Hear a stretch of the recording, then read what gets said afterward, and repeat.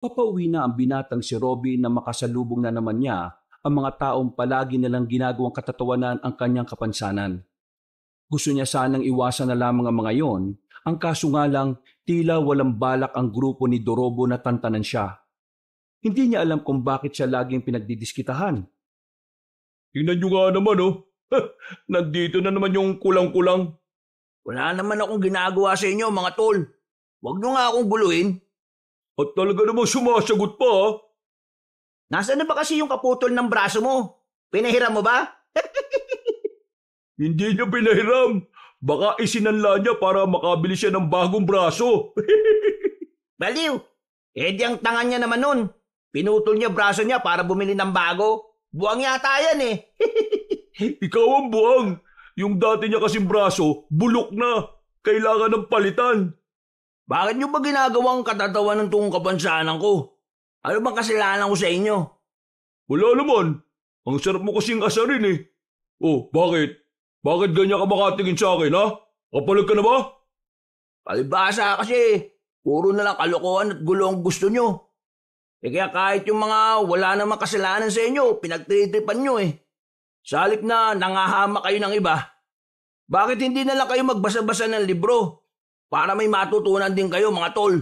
Adagoy! Sinasagot ka na pre oh! Aba, matapang ka na ha? Makakapalag ka na ba? Kaya mo na bang sumuntok gamit 2 kamay? Padaanin nyo na lang ako. Kailangan ko nang umuwi sa amin. Gagabi na eh. Walang kasama si Lola. Mamaya ka na umuwi. Dito ka na muna. Nag-uusap pa tayo eh. Tanungin mo siya kung gusto niyang sumali sa laro natin mamaya. Ay, oo nga pala. May laro kami mamaya. Sali ka. Ako yung boksingero. Tapos, ito naman si Tino ang coach ko. Alam mo kung ano ka? Ano pala? Ikaw yung punching bag. Muling nagtawanan ng mga kalalakihan, habang si Robby naman napapayuko na lamang at napapatingin sa ibang direksyon. Nasasaktan siya sa mga pangungutya ng mga ito, pero wala siyang magawa kundi ang tanggapin na lamang yon. Maglalakad na sana siya pero hinawakan siya ni Dorobo sa kwelyo. Nilapit pa nito ang mukha sa mukha niya kaya amoy niya ang sigarilyo sa bibig ng lalaki. Huwag kang mag-aanga sa akin, Robin ha. Kasi good mood ako ngayon. Kapag ako nawala sa mood, magiging punching bag ka talaga sa akin. Bakit niyo ba ako ginaganito? Eh, hindi ko naman kayo inaano ah. Huwag ka na kasing sumasagot. Bobosis pa eh. Kaya pera. Naririnig ko meron ka sa bulsa eh. Kunin mo gamit ka ng kamay mo. Ito naman si Dorobo mapangasar pa eh. Alam mong putol yung kanan. Eh di yung kaliwa. Hindi pwede mga tol. Bibigay ko to kay Lola eh. Kapag sinabi kong gusto kong kunin, ibigay mo na lang sa akin. Kasi alam mo naman na mas mahalagang hindi ka masaktan, di ba? Aray ko, pitiwan mo nga braso ko. Ito na nga lang kumpleto, ayaw mo pang pahawak? Isusumbong ko kayo kay Kapitan. Eh di susumbong? Hindi mo ba alam na tsuhin ko yun? Noong mga sandaling yon, wala nang magawa si Robin kundi ang maiyak na lang. Gustuin man niya kasing labanan ng suntukan si Dorobo, alam niyang hindi rin naman niya kakayanin. Isa pa, mag-aalala lang din ang kanyang lola kapag nalamang nakipag-away siya. Kaya kahit na masakit sa kalooban niya ang dinadanas niya sa halos araw-araw, hinahayaan na lamang niya. Buisit, wala pa nga akong ginagawa, umiiyak ka na kagad. Lumayo ka nga sa akin. Baka putulin ko rin yung kabila mong braso para pantay na eh. Tinulak siya ng malakas ni Dorobo, kaya napaupo na siya sa semento. Nakahinga siya ng maluwag nang makitang papalayo na rin ang mga yun. Ngunit, ganun pa man, hindi pa rin mawala sa kanyang kalooban ng sakit at panliliit sa sarili. Tumayo siya, bumuntong hininga, pinunasan ng mga luha. Para sa kanya, hindi maaring malaman ng kanyang lolang nangyari. Magpapanggap na naman siya na ayos lang. Itatago na naman niya ang tunay na dinanas. Naglakad na lamang ang binata papunta sa kanila. Pagdating niya roon, sumilay ang kanyang peking ngiti. Naabutan niya ang kanyang lola na abalang naglalaga ng mais. Ah, andiyan ka na pala. Bakit naman ang tagal mo? Ano ba nangyari sa'yo? Inaway ka na naman ba ng mga loko-lokong yon? Hindi pula. Ako, magpapapi sa kanila. Baka sinipa ako pa sila. Buti naman at lumalabang ka. Alam mo kasi, Apo, sa mundong ito, ang mga kagaya mo madalas talagang gawing katatawanan ng mga ignoranting tao. Kaya dapat, kapag nangyari sa'yo yon, kaya mong ipagtanggol ang sarili mo. Hindi mo na ako kailangang paalalahanan. Kayang-kaya ko ng sarili ko.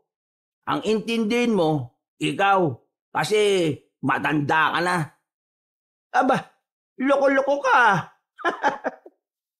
Natawa na lamang din na matanda. Nung hapon na yon, masaya silang kumain ng mais na parabang walang nangyari kay Robin.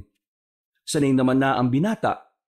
Kung minsan nga ay mas malala pa ang dinaranas niya mula sa ibang tao. Pero hindi pa rin niya sinasabi sa kanyang lola. Makalipas ang ilang araw, mas lalong nagsipag ang binatang si Robin. Hindi naging hadlang ang pagkaputol ng kanang braso niya para magsumikap sa buhay. Sa katunayan, kung ano-anong trabaho na nga ang kanyang pinapasok. At ngayon, siya ay nagtatrabaho sa isang paniderya na malapit lang din naman sa kanilang baryo. Ang paniderya na pagmamay-ari ng isang kano. Hey, what happened to your face, Robin? My face, sir? No happen. It's just normal. Don't lie to me. I'm not blind. Tell me, are you being bullied again? Konti lang, sir. Little, sir. Why don't you fight them back? Because I'm not like them, sir. If we make battle to them, me is bad na rin. No, fighting back doesn't mean you're bad. It's about protecting yourself from other people harming you. In this world, you cannot show them that you're weak. If you want to live with your pride. Understand? Yes, sir. Understand, sir. Promise me, you will fight them back. It's not for me. It's for you. Remember that. Tumango na lamang ang binatang si Robin kahit na hirap na siyang makipag-Inglisan sa kanyang dayuhang amo. Pero sa kabilang banda, napapangiti na lang siya dahil kahit papaano, mabuti sa kanya si Mr. Smith. Kahit na ilang linggo pa lang siya roon, hindi niya nararamdaman na kakaiba siya sa lahat. Kahit kasi ang mga kasama niya sa trabaho ay mabuti rin sa kanya. Makalipas ang ilang oras sa pagmamasa, natapos na rin ang kanyang trabaho. Umuwi siyang may mga dalang tinapay na sobra sa mga niluto nila. Pasipol-sipol pa ang binata habang naglalakad pa uwi. Napatigil siya nang matanaw sila ni Dorobo. Meron na namang pinagdidiskitahan ng mga yon. Pero laking pagtataka niya nang makita na ang isa sa mga kasama nito ang nakaupo sa gitna at napapalibutan. Lumapit siya ng bagya para marinig ang usapan ng mga yon. Wala ka rin kwenta eh. Isinali ka namin sa grupo namin kasi akala namin pwede kang asahan. Duwag ka rin pala. Pero, mahirap kasi yung pinagagawa nyo sa akin eh. Hindi ko kaya magnakaw. Mampuli, pwede pa, pero magnakaw, hindi. Anong mahirap? Kukunin mo lang naman habang hindi nakatingin eh. Hindi pagnanakaw tawag doon. Ang tawag doon, diskarte. Hindi ko talaga kaya eh. Pasensya na. Huwag yun na ako tanggalin. Hindi namin kailangan ng duwag at walang kwentang miyembro. Diyan ka na! Sinipa pa ni Dorobo ang binatang si Tino. Sumubsob pa ito sa lupa at saka naglakad paalis. Naiwan si Tino doon. Sinamantala na ni Robin ang pagkakataon na lapitan ito. Nagmamadaling tumayo si Tino nang bigla siyang lumitaw. Tila umaating maangas at siga. Hoy!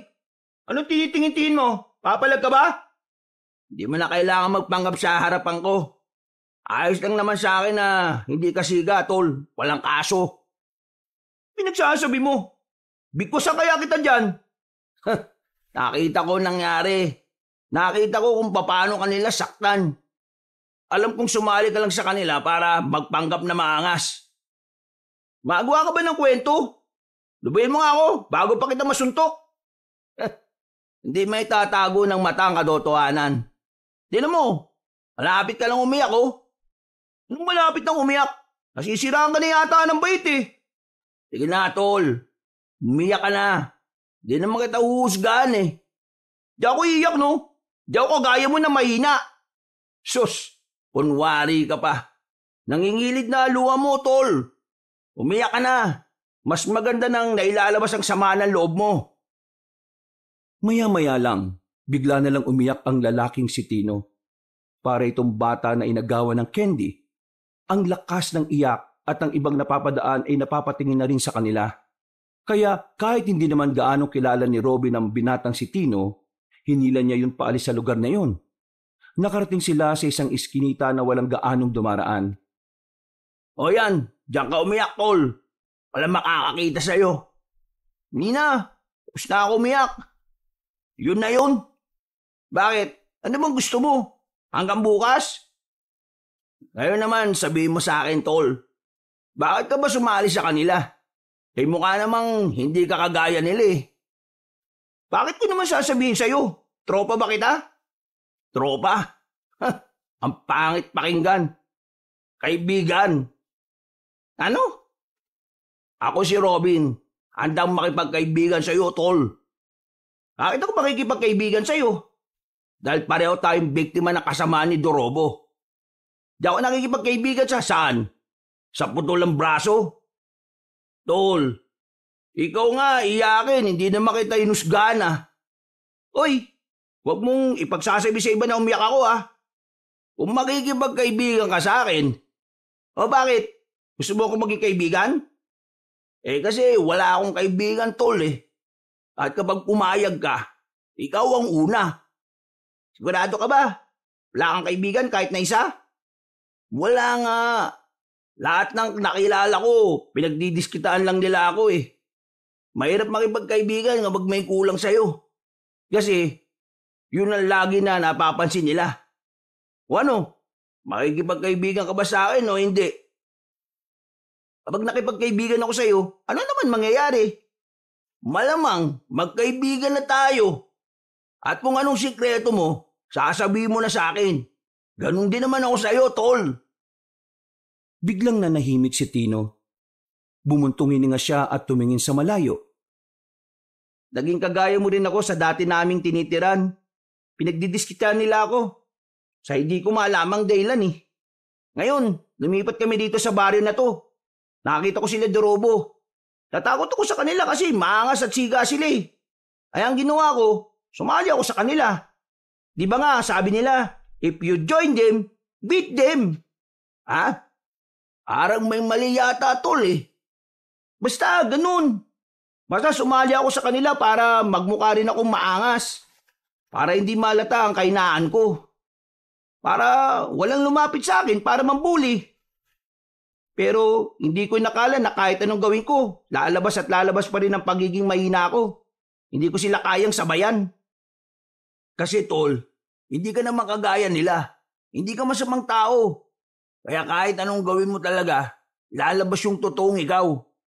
Alam mo, ako, mula pagkabata ko, danas ko na yung pangungutya. Itong putol kong braso, ito palaging usapan ng mga kalaro ko dati. Pati nga rin yung mga magulang nila, ginagawa rin akong katatawanan. Halos araw-araw. Walang araw na hindi ako makakarinig ng panglalait. Madalas din ako mabuli, mabugbog, masaktan at kung ano-ano pa. Pero alam mo kung anong ginawa ko? Ano? Pinakita ko lang talaga kung sino ako. Tinanggap ko kung ano ako. Kung nakikita nila kahinaan ko, sige lang. Kung gagamitin nila kahinaan ko, bahala sila. Pero ito lang ang tatandaan mo. Hindi mo kailangan maging kagaya nila para lang mailigtas mo ang sarili mo. Ang kailangan mo, pagtanggap sa sarili mo. Kapag tanggap mo sarili mo, walang epekto sa iyo ang panglalait ng iba. Ang galing magsalita nito. Ikaw nga din umiiyak eh. Uy, nasasaktan ka rin sa panglalait ng iba, no? Ano walang epekto? Hindi sapat na tanggap mo lang ang sarili mo. Dapat mahal mo rin ang sarili mo para kaya mo ipagtanggol ang sarili mo sa iba. Alam mo, yung mga sinabi natin, yan yung mga bagay na di natin magawa. Bakit kaya hindi na lang natin gawin ng sabay? Gawin ng sabay? Inilahad ni Robin ang kanyang kamay, tanda ng kanyang pakikipagkaibigan.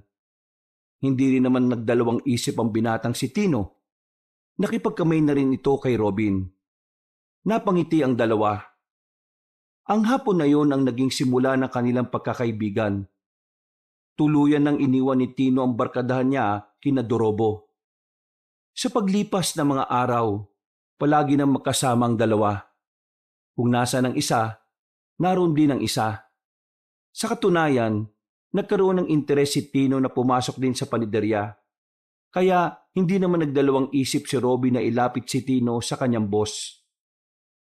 Mr. Smith, this is Tino, my new friend.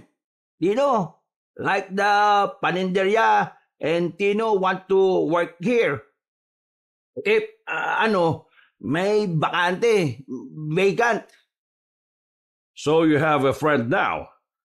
But last time I saw this face together with the bullies. And now he's your friend? Tino make a change to his life. He fake to be maangas. Yes, I once bully of him, but that's not the real me. I joined their group because I thought they can protect me. But unfortunately, they kick me out. And then now, every day I go out, they always bullying me because I choose to be me. A real me, not a bully. Ang bira naman, tol. Marunong ka naman palang mag-English eh. Mas naiintindihan pa nga yan ni Mr. Smith. Mahilig kasi ako magbasa-basa ng English na libro. So, you're telling me that you finally develop a good character? Yes, sir. Okay, from now on, you and Robin are partners. Starting tomorrow, you work here, Robin. Train him. Tell him all the things that he need to learn. Okay? Understand? Yes, sir. I understand, sir. Naglakad na si Mr. Smith. Tuwang-tuwa naman ang dalawang binata ng mga sandaling yon. Lumabas na rin sila ng paninderya na hindi mawala-wala ang ngiti. Apir tayo dyan! Ayos! Sabi ko na nga matatanggap ka, tol. Pinakita mo ba naman ng maki-English ka eh? Hindi rin naman tamang English ko eh.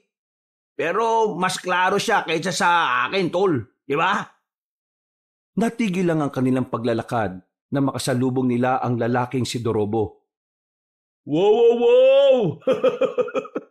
Nagsama na palang dalawang lampa. Isang duwag at isa namang putol. Wala kaming panahon makipag-usap sa iyo ngayon. Masaya kami at ayaw naming masira yun. Aba, parang may tapang na yung pagkakasabi nun ah. Bakit? Saan ka naman kumukuha ng lakas ng loob mo ngayon? Sa nawawalang braso nitong si Robin? Hindi ba kayo napapagod sa buhay nyo? Ganito lang palagi ginagawa nyo? Ni minsan ba hindi nyo naisip na umunlad sa buhay? Kami kasi gusto namin eh. Hoy, nag-iinsulto ka ba? Totoo naman eh. Kami, inaatubag namin kung paano kami makakatulong sa mga mahal namin sa buhay. Kayo, inaatubag nyo kung paano kayo makakapanglamang at makakasira ng buhay ng iba. Tapang mo na pala ah. Hinablot ni Dorobo ang kanyang kwelyo. Isang suntok ang pinakawalan ng lalaki. Buti na lang ay natulak ni Tino ang lalaking barumbado kaya hindi tumama ang suntok. Gulat na gulat si Dorobo na nagawa yon ni Tino. Samantala, agad din naman bumawi si Robin. Naalala niya kasi ang sinasabi ni Mr. Smith at ng kanyang lola. Kahit kaliwang braso na lamang ang meron siya, dali-dali siyang lumapit kay Dorobo at saka sinapak yon sa panga.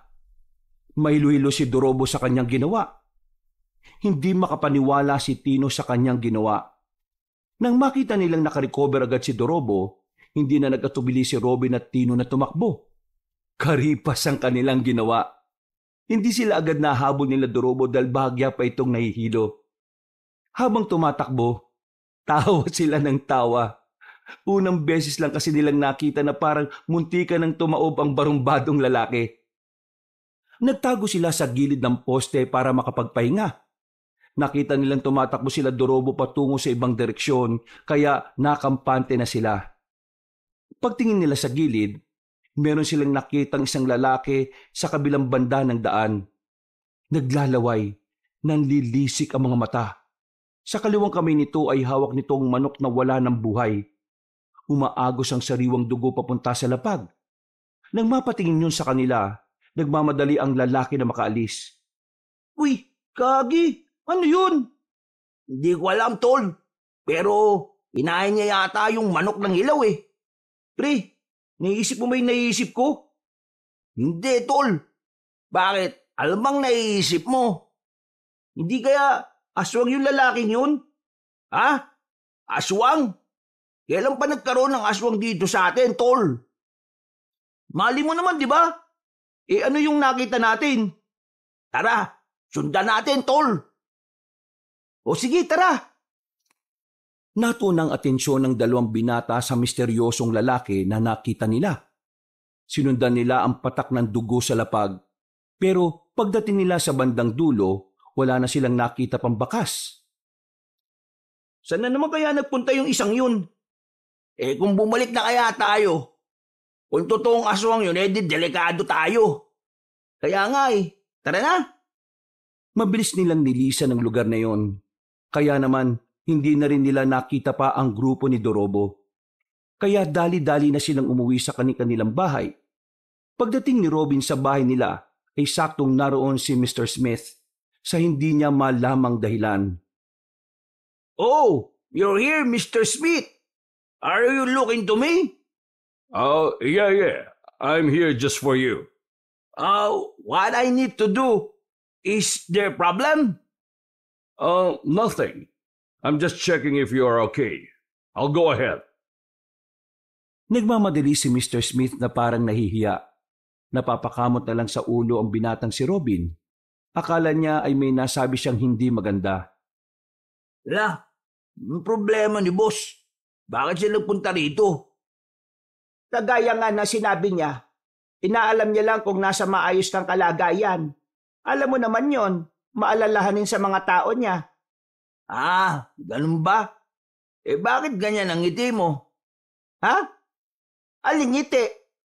Ikaw may hindi ka yata sinasabi sa akin, ha? Ano ka ba? Huwag ka nga mag-isip ng kung ano dyan. Magkaibigan lang kami ni Mr. Smith. Wow! Wala naman akong sinasabi, Bakit yan agad na sinasabi mo? Ay nako, mabuti pa. Kumain ka na lang. Dumidiskarte ka, no? Ayos lang yan, Wala namang asawa si Mr. Smith, At mabait naman siya. Hoy, tumigil ka nga. Para kang siraulo sa sinasabi mo, Natatawa na lamang si Robin no mga sandaling yon. Pero nawala ang kanyang ngiti nang maalala ang ginawa kay Dorobo. Batid niya na sa mga susunod na araw ay lilit ang kanyang mundo. Kilala niya ang lalaking yon na hindi titigil hanggat hindi nakakaganti. Sa mga sandaling ito, habang nakatingin siya sa kisame, tila ba nagsisisi siya kung bakit niya sinuntok ang panga ni Dorobo. Pero wala naman na siyang magagawa. Kailangan niyang harapin ang mga mangyayari. Lumipas pa ang mga araw at matagumpay niyang naiiwasan ang presensya ni Dorobo. Ganon din naman ang kanyang kaibigan na si Tino. Kahit na papaano, hindi sila napapasangkot sa kahit na anong gulo. Hindi rin kasi sila pinababayaan ni Mr. Smith. Habang inaabangan sila ni Dorobo, pinahatid naman sila na matandang kano.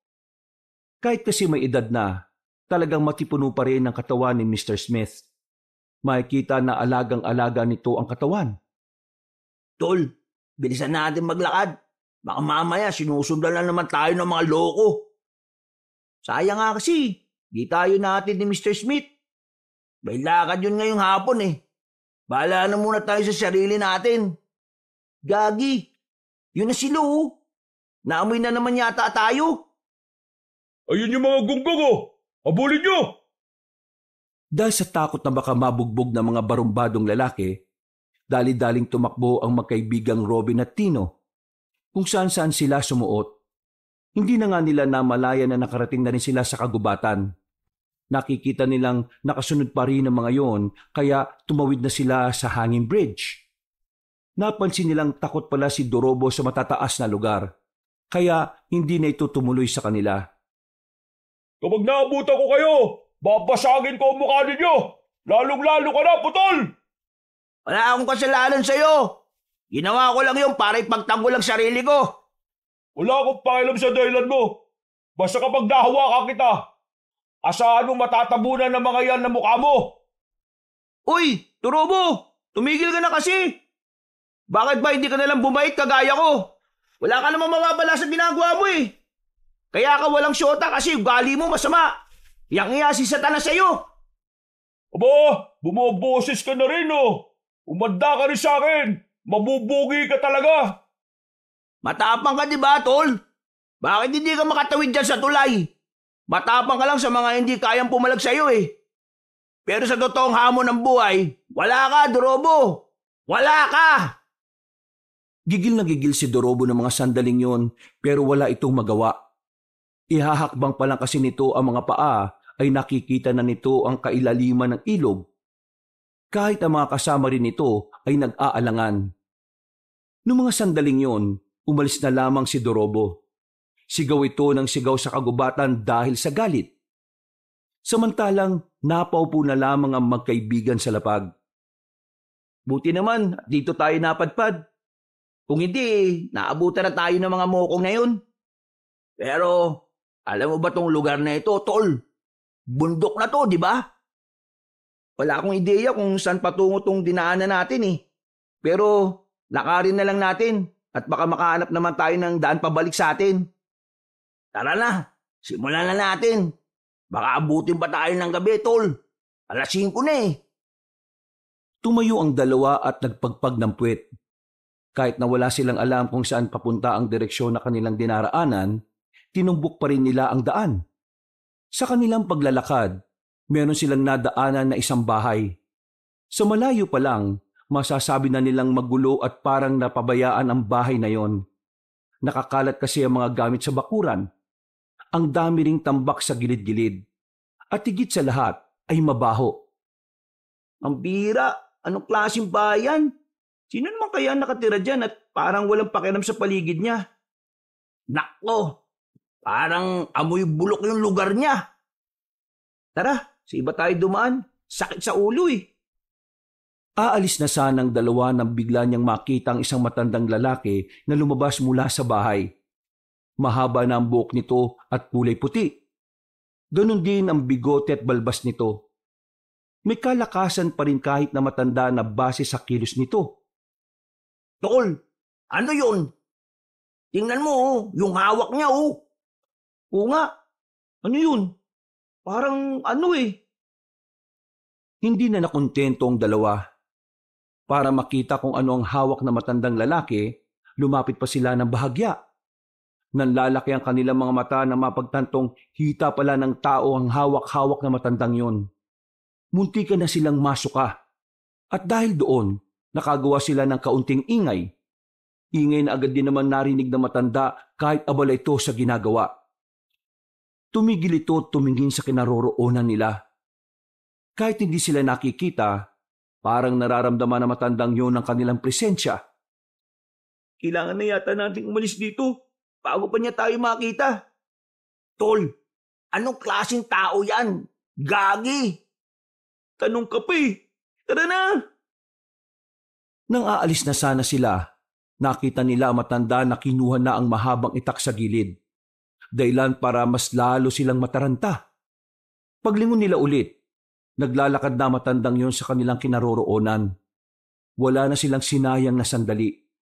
Kumaripas na agad sila ng takbo. Wala silang pakialam kung makalika sila ng mas malakas na ingay. Habang tinatahak ang daan, hindi na nila napapansin na mas lalo na pala silang napapalayo sa tamang daan. Sobrang liblib na ng kanilang tinatakbo. Nakakadagdag pa sa kanilang takot ay ang nalalapit na pagsapit ng gabi. Tol, teka lang. Hinihingal na ako. Hindi tayo pwedeng huminto, pre. Baka maabutan niya tayo. Hindi ka ba napapagod? Hindi. Bakit naman ako mapapagod? Baliw ka ba? Ang layo na ng tinakbo natin. Pahinga muna tayo. O sige, 2 minutes lang ha. Tumingin-tingin pa ang dalawa sa paligid. Hindi naman na nila nakikita matandang aswang. Pero dahil hindi na nga sila pamilyar sa lugar na kanilang kinalalagyan, hindi nila magawang makampante. Tol, pwede na yata tayong lumabas. Wala na yata yung matanda. Problema nito, paano tayo makakabalik sa atin? Ang liblib na nito eh. Yun nga, tol. Tapos, maggagabi na rin. Tol, may hinala ako kung anong klaseng tao yung matanda. Ang ibig ko sabihin, hindi siya tao. Isa ba tayo nang iniisip, tol? Oo, aswang. Baka nga, tol. Dahil sa ideyang iyon, agad na nagtindigan ang kanilang balahibo. Ramdam na ramdam nila bigla ang ihip ng hangin sa kagubatan at ang katahimikan na siyang tila bumibingi sa kanila. Kahit pagod, nagmamadali silang umalis. Natatanatan na nilang hinanap ang tamang daan kung papaano makakalabas sa kagubatan. Bilisan na natin. Huwag tayong papaabot ng gabi dito. Anong huwag papaabot? Maggagabi na nga. Makalipas lang ang ilang minutong paglalakad sa kagubatan, meron na rin silang natanaw na kalsada. Nakahinga sila ng maluwag sa pag-aakalang makakauwi na sila. Nang naglalakad na sila roon, bigla na lang nilang napansin ang grupo ng mga tao na may mga dalang sulo. Parang parada. Mababagal ang lakad at lahat ay nakasuot ng itim. Gumilid ang dalawa. Kulto ang unang pumasok sa isipan nila. Pero hindi yun basta kulto lang. Kulto pala ito ng mga aswang. Narinig kasi nila ang binibikas ng mga yon habang naglalakad. Kaya naman mas lalong dumagundong ang kaba sa kanilang dibdib. Nang halos 3 minuto nilang hinintay na makalagpas sa mga yon, mabilis silang lumayo roon. Windang na windang, para silang mabubuang sa mga nangyayari. Tol, totoo pala talaga itong mga aswang na to no? Anong gagawin natin ngayon? Natakasan nga natin sila Dorobo kanina. Nandito naman tayo ngayon. Mukhang nasa lugar yata tayo ng mga aswang, pre. Hindi na yata tayo makakabalik sa atin. Huwag kang magsalita lang ganyan, tol. Baka mamaya magkatotoo yan. Isipin na lang natin kung paano tayo makakalis dito. Lakarin na lang natin tong daan na to. Baka dito, meron tayong makasalubong na sasakyan. Nang masiguro nilang wala ng mga aswang sa paligid, lakas loob na rin silang lumabas ng kanilang pinagtataguan. Lakad, takbo ang kanilang ginawa. Hindi na rin nila nababantayan ng oras. Inabot na pala sila ng 7:00. Maya-maya, isang malakas na busina ang kanilang narinig. Hoy! Magpapakamatay ba kayo? Makabokong kayo Kuya, baka pwedeng pasabay naman Sabay humarurot na lang ang sasakyan.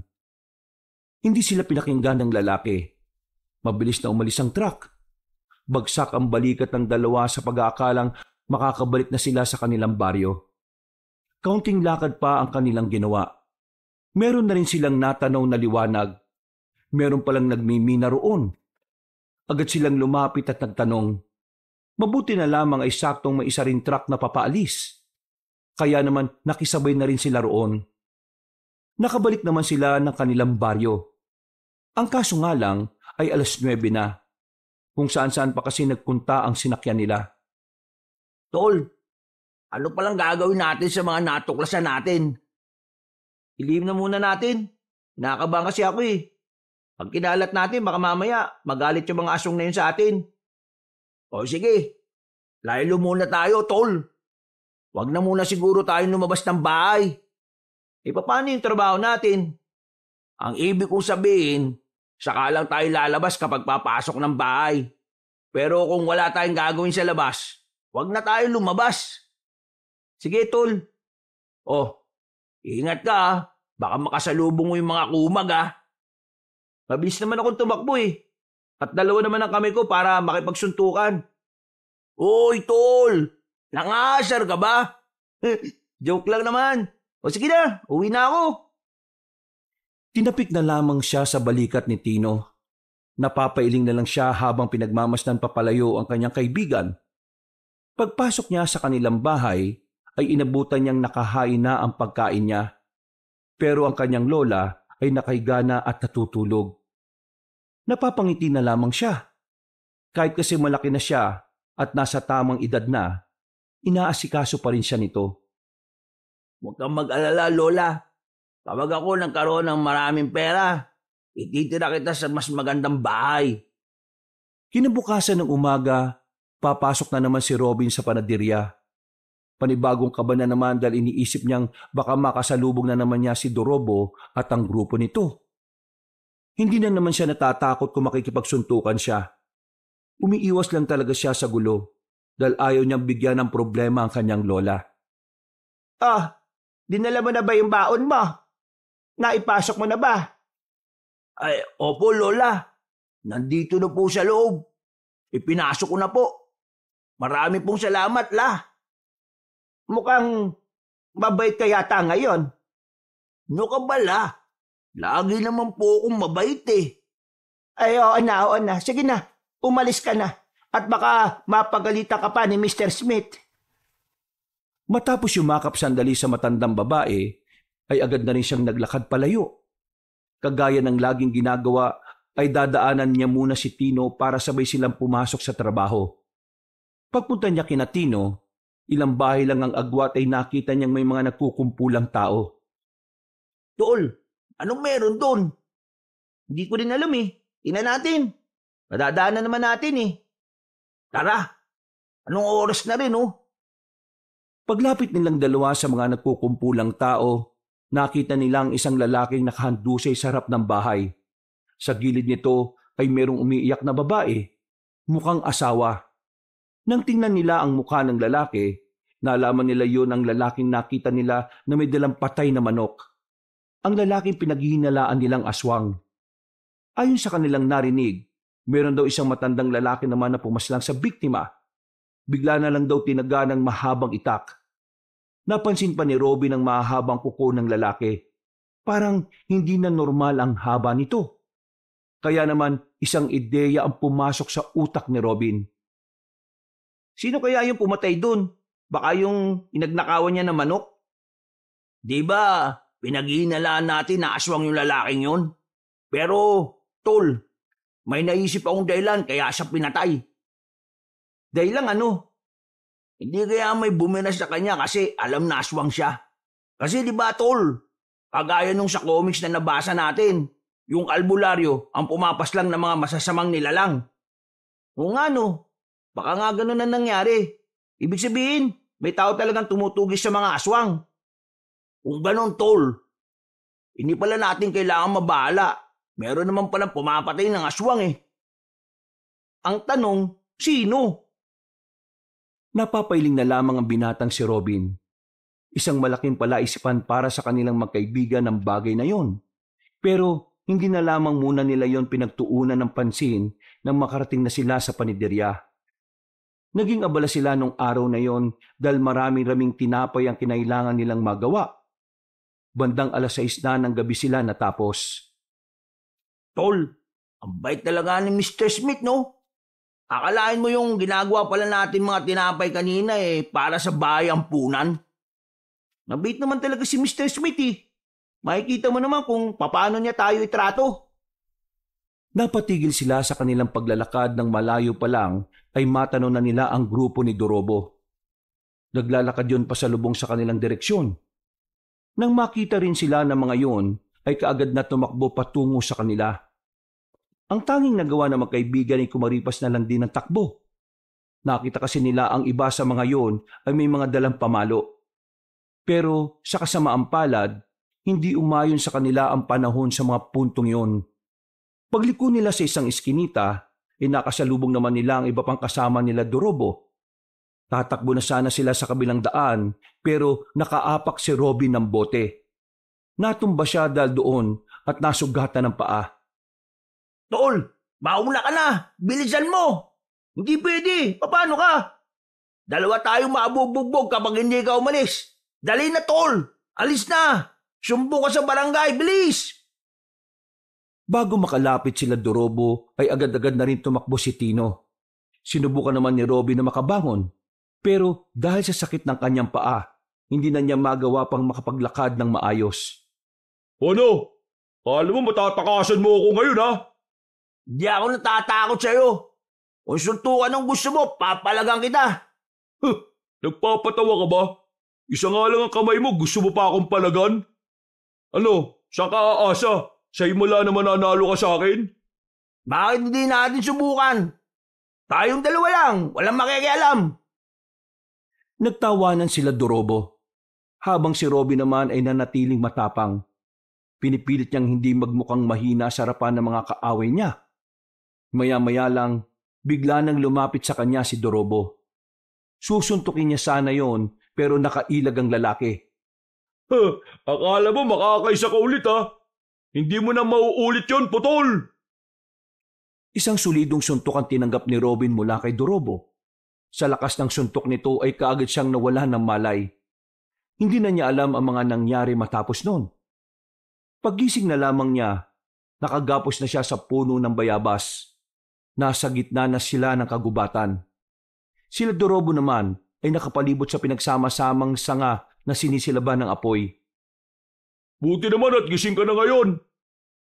Nasaan ba ako? Nasaan? Nandito sa gubat. Sa lugar kung saan uli kang makikita sa mundong ito. Anong sinasabi mo? Alisin niyo na tali niyan. Kanino ko ba gustong lumpuhin ang isang yan eh? Agad na inalis ang pagkakatali kay Robin. Kinuha ni Dorobo ang 2x2. Pinalo agad dito si Robin. Naisalag ni Robin ang kamay niya pero sa pangalawang palo, bumagsak na siya. Hilong-hilo. Nararamdaman na lamang niyang may umaagos ng dugo sa ulo niya. Hindi na siya nakapalag. Makahalong palo ng 2x2 ang tinamo mula kay Dorobo. Noong mga sandaling yon, napagtanto ni Robin na imang Dorobo ang naroon. Ang bersyon ni Dorobo na tila walang halaga rito ang buhay ng iba. Sinasabi ko naman sa iyo eh. Ayoko nang tinatarantado ko sa harap ng mga tao. Bakit? Akala mo ba hanggang angas lang ako? Kaya-kaya kitang patayin, Robin. At ito ang gagawin ko ngayon. Lupaypay na si Robin. Hindi na niya maigalaw ang katawan niya. Pero naririnig pa rin niya ang mga sinasabi ni Dorobo. Habang nangyayari yon, napapaisip siya kung nanonood ba ang Diyos. Nagkaroon siya ng pagtataka na sa dami ng taong pwedeng makaranas ng ganon, bakit siya pa? Siya pa na wala namang ginagawang masama. Bago tuluyang pumikit ang kanyang mga mata, may naitanong pa siya sa Diyos.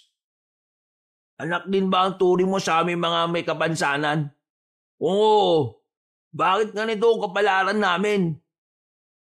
Tuluyan nang nawala ng malay si Robin. Ang unang pumasok sa utak ni Dorobo ay patay na ang binata. Sige na, buhatin niyo na yan. Itapon niyo na sa ilog. Dinala nila ang katawan ni Robin sa ilog at doon ay pinaanod. Patawa-tawa pa ang mga yon na parang wala lang nangyari. Samantala, inanod naman ang inanod ng katawan ni Robin patungo sa kung saan. Buong akala niya rin ay patay na siya noon. Pero nang magising siya, ay maliwanag na ang paligid. May naririnig na siyang tumitilaok na manok. May naaamoy siyang nagluluto. Ang bahay naman na kanyang kinalalagyan ay hindi pamilyar sa kanya. Agad siyang napabangon. Pero napaiga ulit nang maramdaman ang mga galo sa katawan. Lalong-lalo na ang kanyang ulo. Dito na niya naalala ang mga nangyari. Nagsarado ang kanyang mga kamao nang maisip si Dorobo at ang ginawa nito sa kanya. Kumusta ang pakiramdam mo, iho? Sino ka? Yan talaga ang bungad mo matapos kitang sagipin at gamutin. Kayo ang nagligtas sa akin? Nakita kitang palutang-lutang sa ilog na iyon, kaya kinuha kita. Marami kang galos. May sugat ka rin sa ulo. Hindi naman masama ang ugali ko kaya tinulungan na rin kita. Ano bang nangyari sa'yo? May mga grupo ng lalaki nagdala sa akin sa kagubatan at binuhat nila ako. Akala ko mamamatay na ako eh. Sa katunayan, hindi ko rin inakala na buhay ka pa. Sa layo ng pinagmulan mo, tinagos ka papunta rito. Imposible na mabuhay ka, lalo na't may mga sugat ka at bugbog ang katawan mo. Maswerte ka, may himala. Biglang napaisip si Robin. Naalala niya ang huling sinabi niya bago siya nawala ng malay. Nakaramdam siya ng konsensya dahil sa pagdududa niya sa Diyos. Tawagin mo na lang akong Mang Ekong. Bahay ko ang kinalalagyan mo. Bakit parang ikaw lang naman ang nakatira sa lugar na ito? Oo, ako nga lang. Teka. Hindi ka naman siguro aswang ano? Kung aswang ako, di sana'y nakalaga ka na. At yung mga laman loob mo, ginawa ko ng sinigang o kaya sisig. Akala ko aswang ka eh. Akala ko rin doon sa mga lalaking sinasabi mo lang ikaw natatakot. Sa mga aswang din pala. Bakit? Nakakita ka na ba ng aswang? Mga aswang, oo. Nakakita na ako. Saan? Nang misang inabol kami ng mga bumugbog sa akin. Nakarating kami sa isang bundok. Noong una, meron kami nakitang bahay. May matandang lalaki doon. Mahaba ang balbas at bigote niya. Tapos, nagulat na lang kami nang makita naming may bitbit siyang hita ng tao. Hinabol niya kami pero nakatakas naman kami. Nang marating naman namin yung kalsada, nakita naman namin yung parada ng mga aswang. Meron silang mga sinasabi na hindi namin naintindihan. Ang naintindihan lang namin yung sinasabi nilang mga aswang sila. Kayo po ba? May alam po ba kayo mga aswang? Umupo ang matandang lalaki sa upuan na nasa harapan ng papag. Naglabas ito ng sigarilyo at sandaling humithit. Nakikita mo ba yung mga nakasabit na sandatang yan? Yang mga yan ay ginagamit ko. Ibig sabihin, pumapas lang ka ng mga aswang? Tumutugis ako ng aswang. Binata pa lang ako gawain ko na ito. Sa katunayan, meron akong pinaslang na aswang nito lang. Isang lalaking aswang sa baryo ng Malolos. Teka, sa baryo ng Malolos? Taga roon ako eh. Alam ko na. Ikaw ba yung pumatay doon sa nakita namin lalaki na nakaandusay sa tawat ng bahay? Yung tumaga doon? Oo, ako nga. Pinaslang ko na siya bago pa siya makapagdulot ng problema sa mas marami. Ang lalaking yun ay hindi natural na aswang. Siya ay biktima ng yanggaw. At sa oras na mayanggaw ka, wala ka ng pag-asang makabalik sa pagiging tao. Kaya kailangan ng patayin. Yanggaw? Ano yun? Basta, pamamaraan ng aswang para magparami sila. Hahawaan kanila para maging aswang ang simpleng tao. Hindi ko inakala na ganito pala ang mga aswang. At totoo pala talaga sila. Maniniwala ka ba kung sasabihin ko sa iyong may binabalak silang masama sa probinsyang ito? Bakit? Kakainin ba nila ang mga tao sa probinsya natin? Sasakupin nila ang probinsyang ito at unti-unti nilang buburahin ang mga tao rito. Paano niyo po nalaman ng mga ganito? Tingin mo ba magiging manunugis ako kung wala akong alam sa kanila? Matagal ko na itong ginagawa, pero dahil mag-isa lang ako, hindi ko sila magawang patahimikin lahat. Ikaw? Ako? Oo, may iba pa bang ikaw rito? Bakit? Anong meron? Kailangan mo kong tulungan. Ha? Kailangan mo kong tulungan para labanan ng mga aswang. Ha? Anong may tutulong ko dyan? Tutulungan kitang matutunan ng mga bagay na may kinalaman sa pakikipaglaban. Uy. Sandali lang naman. Hindi pa naman ako napayag ah. At saka, tingnan mo nga, anong may tutulong ko sa laban-laban na yan? Kita mo naman, di ba? Buto lang ka ng braso ko. Ano naman? Anong ano naman? Ano naman kung putol lang isang braso mo? Tinatanong pa ba yan? Malamang wala akong may tutulong. Ikaw nga, 2 braso mo o kamay. Nahihirapan eh. Ako pa kaya. Marami kong hindi kayang gawin dahil sa kabansanan kong ito. At baka lang hindi mo alam. Kaya mas magandang humanap ka na lang ng iba. At dahil may kulang sa'yo, mababa na ang tingin mo sa sarili mo. Hindi naman sa mababa ang tingin ko sa sarili ko. Yon ang nakikita ko. Kaya ka siguro nabubuli ng mga siraulo kasi hinahayaan mo lang sila noon. Kasi iniisip mo na hindi ka pwedeng pumalag sa kanila kasi may kulang sa katawan mo. Alam mo, hindi naman nakapansanan mo ang problema kung bakit ka nanliliit eh. Kundi yung takbo ng utak mo ang dapat mong ayusin. Kasi kung ikaw mismo bababa ang tingin mo sa sarili mo, ano pa nga asahan mo sa iba? Kung ano ang trato mo sa sarili mo, ganon din ang trato nila sa iyo. Hindi na nakapagsalita si Robin. Nakaramdam siya ng lungkot at tiya sa kanyang sarili. Aminin man niya kasi o hindi, tama naman ang mga sinabi na matanda. Matagal na panahon na niya rin kasing hinahayaan ng mga taong nang aapi sa kanya. Matagal na panahon siyang nanahimik at umiintindi. O bakit ka natahimik? Tama ako, no? Oo, tama ka na. Sabihin na nating kaya ko naman. Pero paano nga ang gagawin ko? Kahit na kailan, hindi pa ako nagkaroon ng karanasan sa pagpatay ng mga ganyang aswang. Tsaka, bakit mo pa ako pinipilit? Wala ka namang ibang mahanap? Ang totoo niyan, marami na akong nakasama. Pero ni isa sa kanila ay wala man lang karapat-dapat. Ikaw napili ko kasi nararamdaman kong busilak ang puso mo. Busilak? Hindi mo naman ako kilala eh. Kaya nga sabi ko nararamdaman ko. Nakikinig ka ba talaga ng maayos sa sinasabi ko? Hindi ko alam kung papatusin ko yan eh. Gusto ko lang naman kasi ng payapang buhay kasama ng lola ko. Gugulo lang ang buhay ko kapag sumama ako sa iyo eh. Kung hindi ka sasama sa akin, ganun din.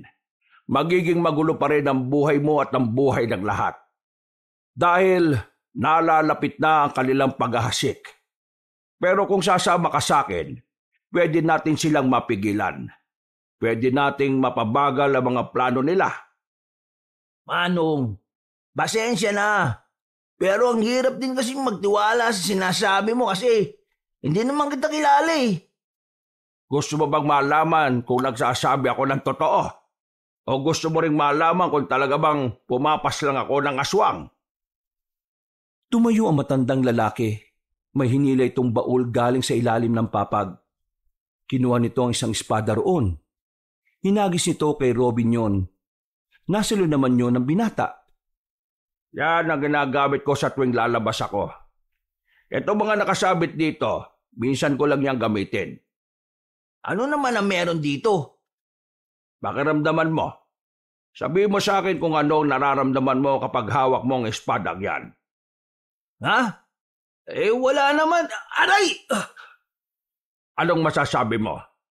Anong meron dyan sa espada na yan? Bakit nakaramdam ako ng parang kuryente? Hindi ito pangkaraniwang espada. Ginagamit lang ito ng mga kagaya ko na kung tawagin ay antingero.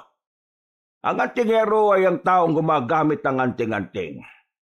Ang anting-anting naman ay nakakapagbigay ng kakaibang lakas o kapangyarihan sa gumagamit nito. At Sandali. Sinasabi mo bang meron kang kapangyarihan? Sige nga, ipakita mo sa akin. ang anting-anting na hindi basta-basta ginagamit kung hindi naman kinakailangan. Wala ka naman pala eh. Baka gawa-gawa lang yan eh. Hindi pa ba sapat na paliwanag yung naramdaman mo sa espada? Bakit hindi mo ulit subukang hawakan? Hindi na nakapagsalita pa si Robin. Sa totoo lang, may parte na rin ng kanyang utak na tila naniniwala sa mga sinasabi ng matanda. Sadyang hindi niya lang talaga alam ang kanyang sasabihin. Bumuntong hininga na lamang ang matandang si Ekong. Napapailing ito. Pero kailangan mo na munang magpagaling. Gusto ko nang umuwi sa amin. Sige. Umuwi ka kung kaya mo. Kung kaya mo lang naman. Sandaling iginalaw ni Robin ang kanyang katawan, pero kaunting galaw lang niya ay nararamdaman na niya agad ng kirot.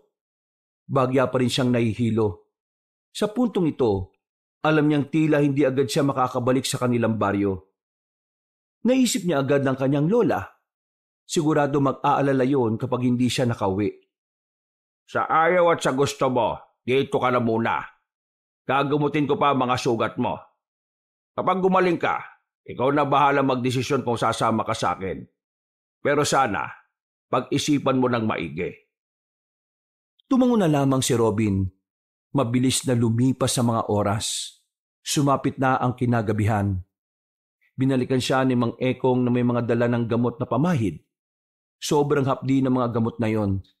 Mayak-iyak siya sa sobrang sakit. Parang maiihi siya sa kirot. Tagaktak din ang kanyang pawis. Kailangan mo tisin ng hapdi kung gusto mo talagang gumaling ka kagad. Ano bang ginagawa ko? Hindi ba nagtitiis na ako? Ay, mabuti naman. Teka, may tanong lang ako. Ano yon? Wala ka bang anak? Asawa? Pamilya? Biglang umiti na mapait si Mang Ekong. Hindi pa man ito nagsasalita. Tila naramdaman na agad ni Robin na hindi saya ang ibig sabihin ng ngiting yon. Bumuntong hininga si Mang Ekong. May kinuha itong pitaka. Inilabas ang dalawang larawan. Larawan ng isang batang babae at ng isang babae na maganda. Anak at asawa mo? Wala ka bang latest na picture nila? Ayan ang huling itsura nila nung huli ko silang makita. Matagal na silang wala. Maraming taon na rin ang nakalipas.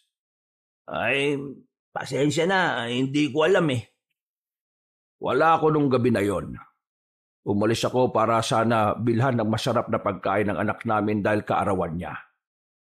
Pero na makabalik ako, naabutan ko na lang silang nakahandusay sa sahig. Duguan at wala ng buhay. Sabi ng isa kong pinsan na kasama nila na maswerteng nakaligtas. Inatake sila ng aswang. Nangyari yon dahil sa akin. Dahil sa pagiging manunugis at antingero ko. Kaya hanggang ngayon, hindi ko pa rin napapatawad ang sarili ko. Para bang hanggat hindi ko natatalo mga aswang, hindi matatahimik ang konsensya ko. Yung pala ang dahilan kung bakit mas pinagpatuloy mo ang pagiging manunugis. Yun lang din naman kasi ang natataging paraan para mabigyan ng hustisya ang kamatayan ng mag-ina ko. Wala ka namang kasalanan. Paano mo nasabi? Ako nga ang dahilan kung bakit sila namatay. Ang aswang ang may kasalanan ng lahat at hindi ikaw. Hindi man kita kilala. Pakiramdam ko, ikaw yung tipo ng ama at asawa na gagawin ng lahat para sa pamilya. Siguro nung gabing yun, hindi lang umayon ng panahon para sa'yo. Pero hindi ibig sabihin no na ikaw ang may kasalanan. Madali lang sigurong sabihin yan para sa'yo kasi hindi naman ikaw ang nakakaramdam. Siguro.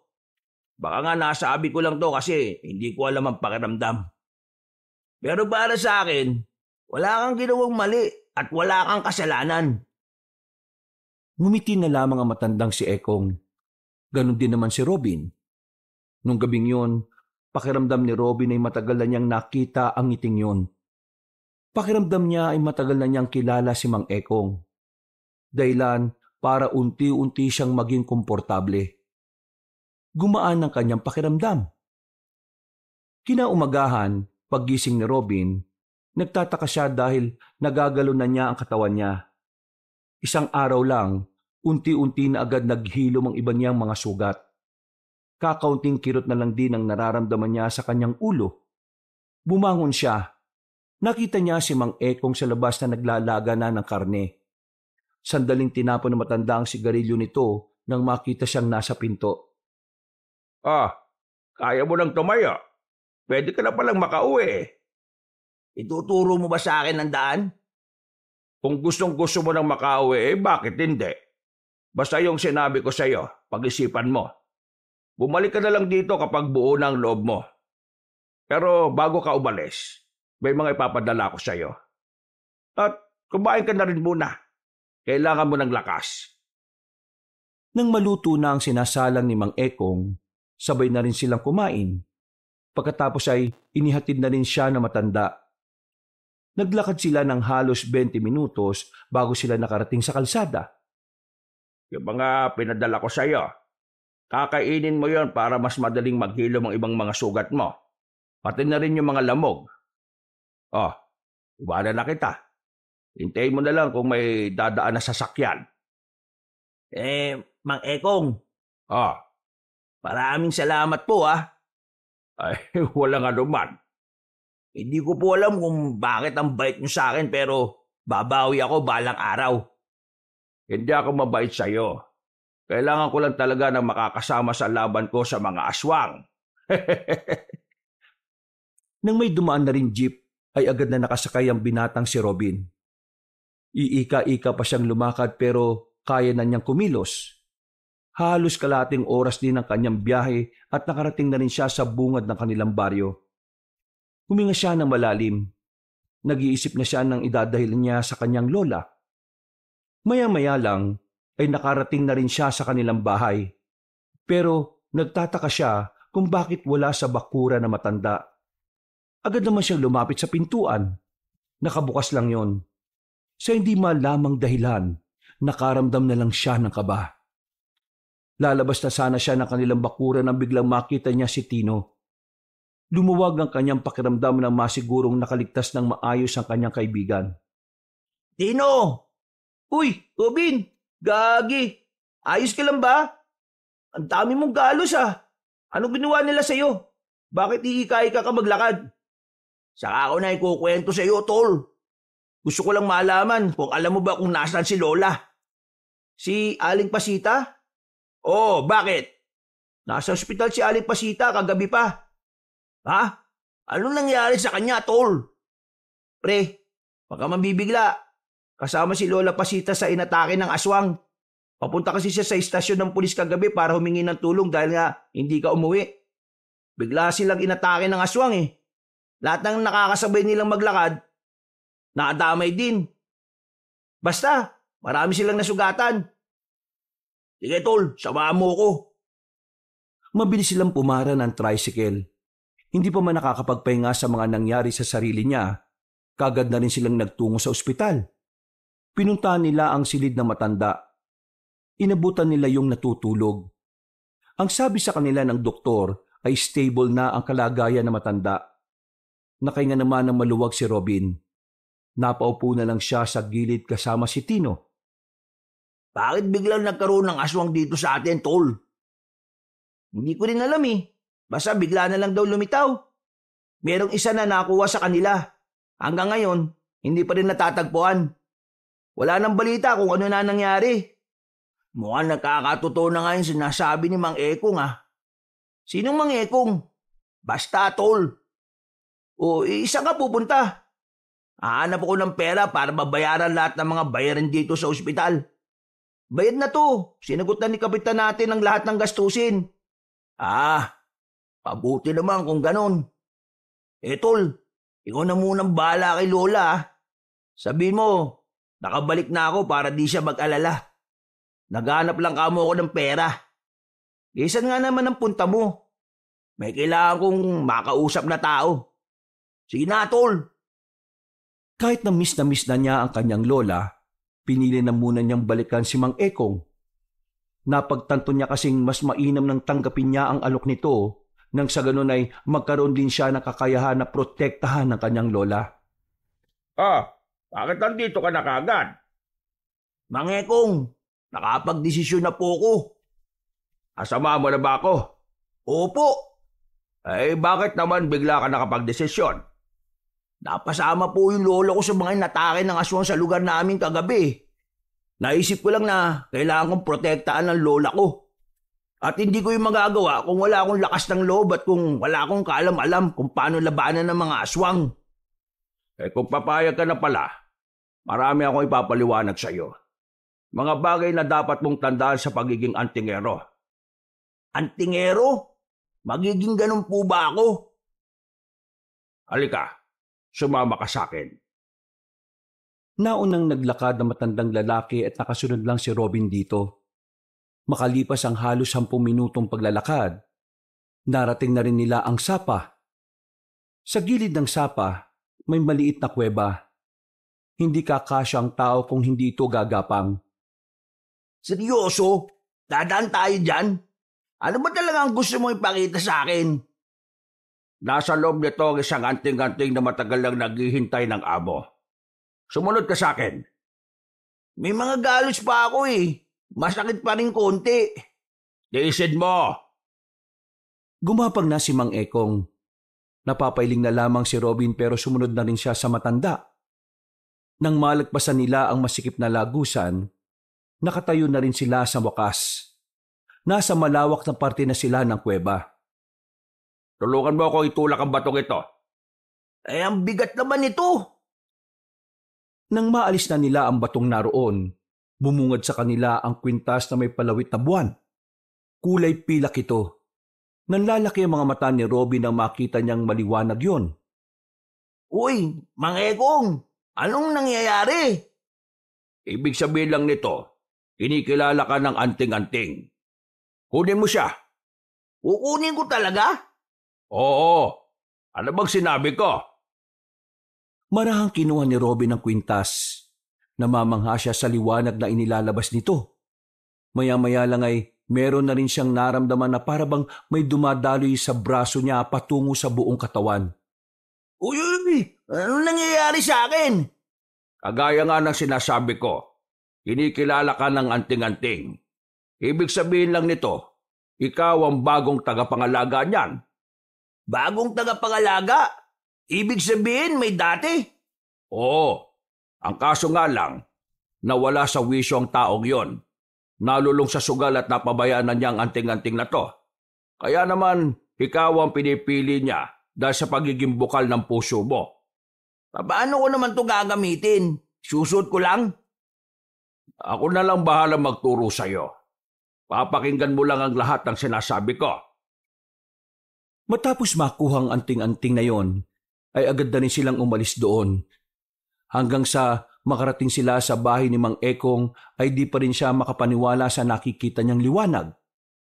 Maya-maya lang ay sinimulan na rin nila ang pag-aaral tungkol sa mga bagay na dapat niyang malaman. Makakapal na libro ang nilabas ni Mang Ekong. Napapakamot na lamang ng ulo si Robin.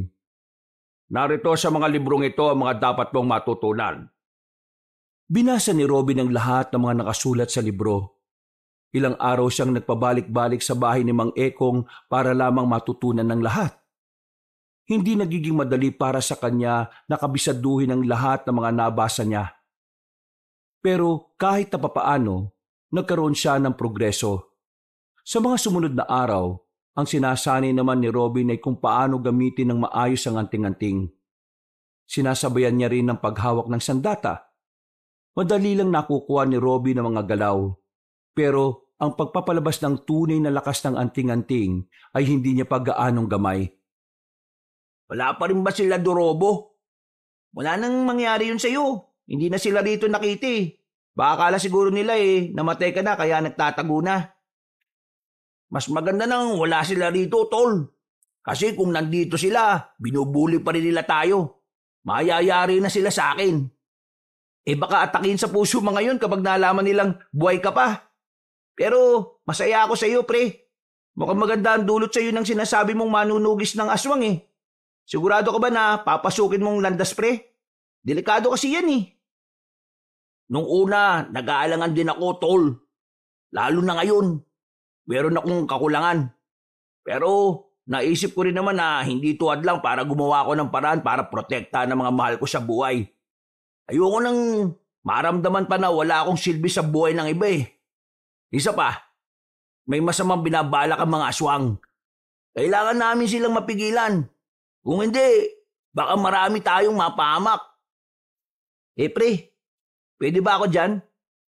Saan? Dito sa tabi ko? Dito tumabi ka. Umusog ng bagya si Robin habang sila'y nasa lumang waiting shed. Natatawa na lamang si Tino dahil mali ang pagkakaunawa ni Robin. Hindi. Ang ibig kong sabihin, pwede ba ako dyan sa pinasok mo? Gusto ko rin kasing matutong pumalag sa mga aswang, pre. Kasi ayoko naman dumating yung araw na sila mama ang mabiktima kasi wala akong magawa. Sigurado ko ba sa sinasabi mo, tol?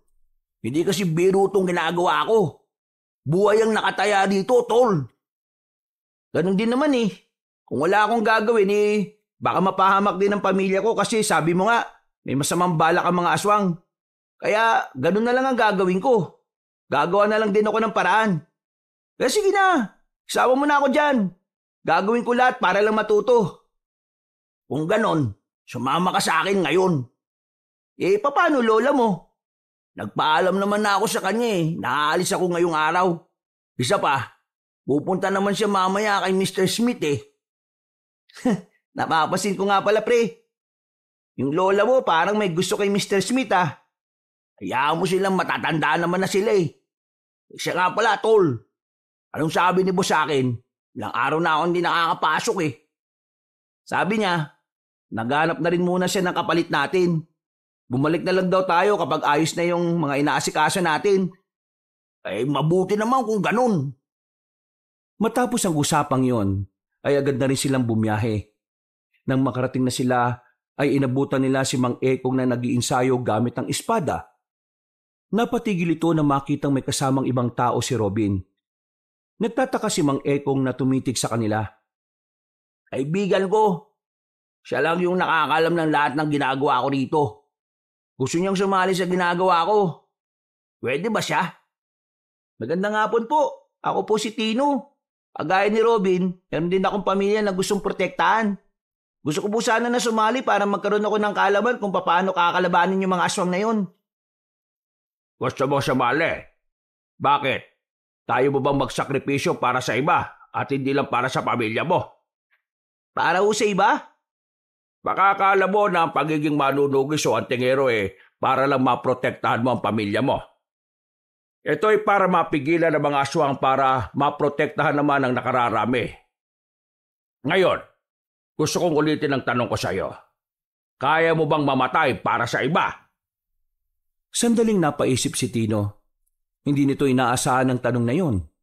Kaya nung una, hindi rin nito alam ang isasagot. Inakbayan siya ni Robin. Tumingin ito nang nakangiti sa kanya. Pamilya rin ang una kong inspirasyon kaya ako ito pinasok.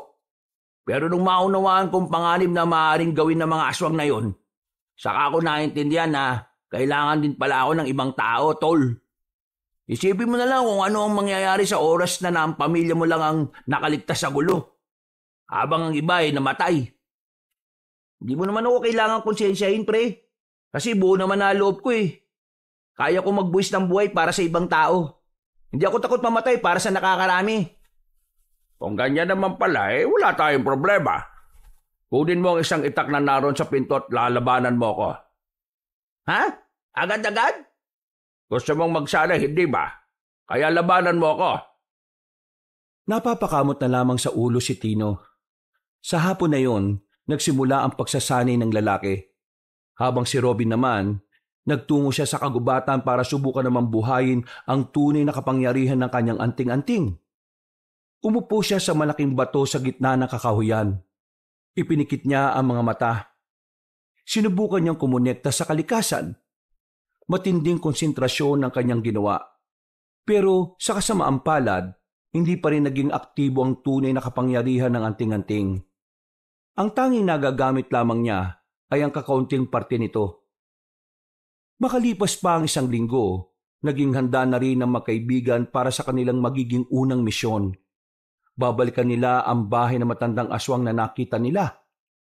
Dakong 9:00 ng gabi, umalis na sila sa bahay ni Mang Ekong. Mang Ekong, gaano nyo na po katagal ginagawa tong pagtugis sa mga aswang? Matagal na rin. Wala pa nung binata ako. Ito na rin pala ang naging buhay ninyo? Kaya pala sanay na rin kayo no? Tol, malapit na tayo. Manda ka na. Natanaw na rin nila ang nag-iisang bahay sa gitna ng kagubatan. May malakas na lampara doon kaya kahit na nasa malayo sila ay kitang-kita nila ito. Hinugutan nila ang kanilang mga sandata. Nang ilang metro na lang ang kanilang distansya, nagtago na muna sila para magmasid. Mang Ekong, ano yung hawak ninyo? Langis. Dito natin malalaman kung may aswang sa paligid. May aswang ba rito? Hindi kumukulo ang langis eh. Ibig sabihin wala. Tara na. Nauna nang lumabas na pinagtataguan si Mang Ekong. Lumapit sila sa bahay. Napapatakip na lamang sila ng ilong dahil sa mga naaamoy nilang masangsang. Para bang mga nabubulok na daga. Dito namin nakita yung matandang lalaki. Diyan sa mismong lamesa na yan. Diyan niya nilagay yung hita ng tao. Liitin mong aswang ang narito. Sa katunayan, hindi lang siya basta aswang. Malakas ang kutob ko na kakaibang aswang siya. Anong ibig niyong sabihin? Nararamdaman ng anting-anting ko na hindi siya pangkaraniwan. Itong mga ginagawa niya, parang libangan niya lang. Kailangan natin siyang paghandaan. Hintayin ba natin siyang dumating? Oo, kailangan natin siyang paslangin. Lalo na't malaki siyang banta sa buhay ng mga tao. Nung mga oras na yon, bumalik na muna sila Robin. Nagtago na muna sila at hinintay ang matandang aswang na magpakita sa kanila. Pero sa halip na ang matandang yon ang kanilang makita, ang mga dumating ay mga lalaking nakaitim. Ang mga aswang na inaakala nilang mga kulto. Manda kayo, bibiglain natin sila. Kaya ba natin yan? 6 lang yan, tol. Kayang-kaya yan. Sumenya si Mang Ekong. Pagkabilang nila ng 3, agad silang lumabas at inatake ang mga aswang na nasa bakuran. Nagulat ang mga yon. Agad na umilag pero dahil sa bilis nila, tinamaan agad ng 3 aswang. Samantala, ang mga natitira naman ay mabilis na nakadistansya. Nag-iisa tayo. Bahala na muna kayo sa mga sarili ninyo. Bahala talaga? Tol, ngayon na! Hinawakan ni Robin ang kanyang anting-anting. Pumikit siya ng 5 segundo. Pagtilat niya, ay nararamdaman na niya ang kakaibang enerhiya sa kanyang buong sistema. Mabilis niyang nilapitan ang katapat niyang aswang. Sinubukan siya nitong patamaan ng mahahaba nitong kuko pero hindi yun nagtagumpay. Nang makakuha naman ng tamang pagkakataon si Robin, agad niyang hinataw ng espada ang tagiliran ng aswang. Pagdistansya nito ay nilapitan niya ulit at saka itinarak ang espada sa dibdib nito. Matapos siyang paslangin ng kanyang kaharap, nakita niyang napaslang na rin ni Tino ang kalaban nito. Si Mang Ekong naman ay ganun din. Sus! Sisiw lang naman pala to, Mang Ekong! Huwag ka masyado matawa. Ito mga nakalaban natin ay wala pa sa kalingkingan ng mga malalakas na aswang. Tama si Mang Ekong. Kung natatandaan mo yung mga nabasa mo sa libro, ang mga tiktik ang pinakamababang uri ng aswang, tol. Tiktik pa lang ang mga ito. Saka ka matuwa kapag nakapatay ka na ng gabunan. Ano naman ang gagawin natin ngayon? Mukhang nakaramdam ang sinasabi niyong matanda na narito. Kaya susunugin na lang natin ang bahay na ito. Sumang-ayon naman ang 2 binata. Mga ilang sandali lang ay siniliban na nila ang bahay. Kasamang nasunog doon ng mga nakaimbak na katawan ng tao. Pati na rin ang ilang kagamitan na di umano ay ginagamit sa pangyayanggaw. Puntahan naman natin yung sinasabi niyo kung saan niyo nakita yung parada ng aswang. Diretsuin lang natin tong daan na to. May makikita tayong kalsada dyan. Tinumbok nila ang direksyon na sinasabi ni Robin. Ilang minuto lang, narating na nga nila ang kalsada. Pero sa pagkakataong ito, ay wala naman silang nakitang kahit na ano. Walang aswang, walang kahit kaunting bakas. Kaya ang ginawa nila, naglakad-lakad pa sila sa lugar na yon. Inabot na sila ng 2 oras. Wala pa rin silang napala. Umuwi na muna sila sa gilid. Nanigarilyo na muna si Mang Ekong habang ang 2 binata naman ay inilabas muna ang baon nilang suman. Nakakagutom din pala tong ganitong trabaho no? Mas magandang nagugutom ka pa. Kesa naman hindi mo na maranasan magutom kasi patay ka na. Mang Ekong, baka matakot si Tino sa sinasabi nyo Hindi matatakot yan. Ang galing nga niya kanina Talaga? Magaling ako? Oo, magaling ka. Nagamit mo agad ang mga itinuro ko sa'yo. Pero huwag ka masyadong emosyonal kapag nakikipaglabang ka Doon ka pwedeng madali. Nakakabanis kasi yung mga aswang kanini. Ang baho ng hininga, nakatapat pa sa mukha ko. Mang Ekong, sa tingin mo, gaano karaming aswang ang makakalaban natin? Marami. Magkakaibang angkan. Pero sa pagkakaalam ko, isa lang naman ang pinuno nila. Hindi naman sa naduduwag ako pero kakayanin ba natin sila? Hanggat nasa atin ang anting-anting, walang problema.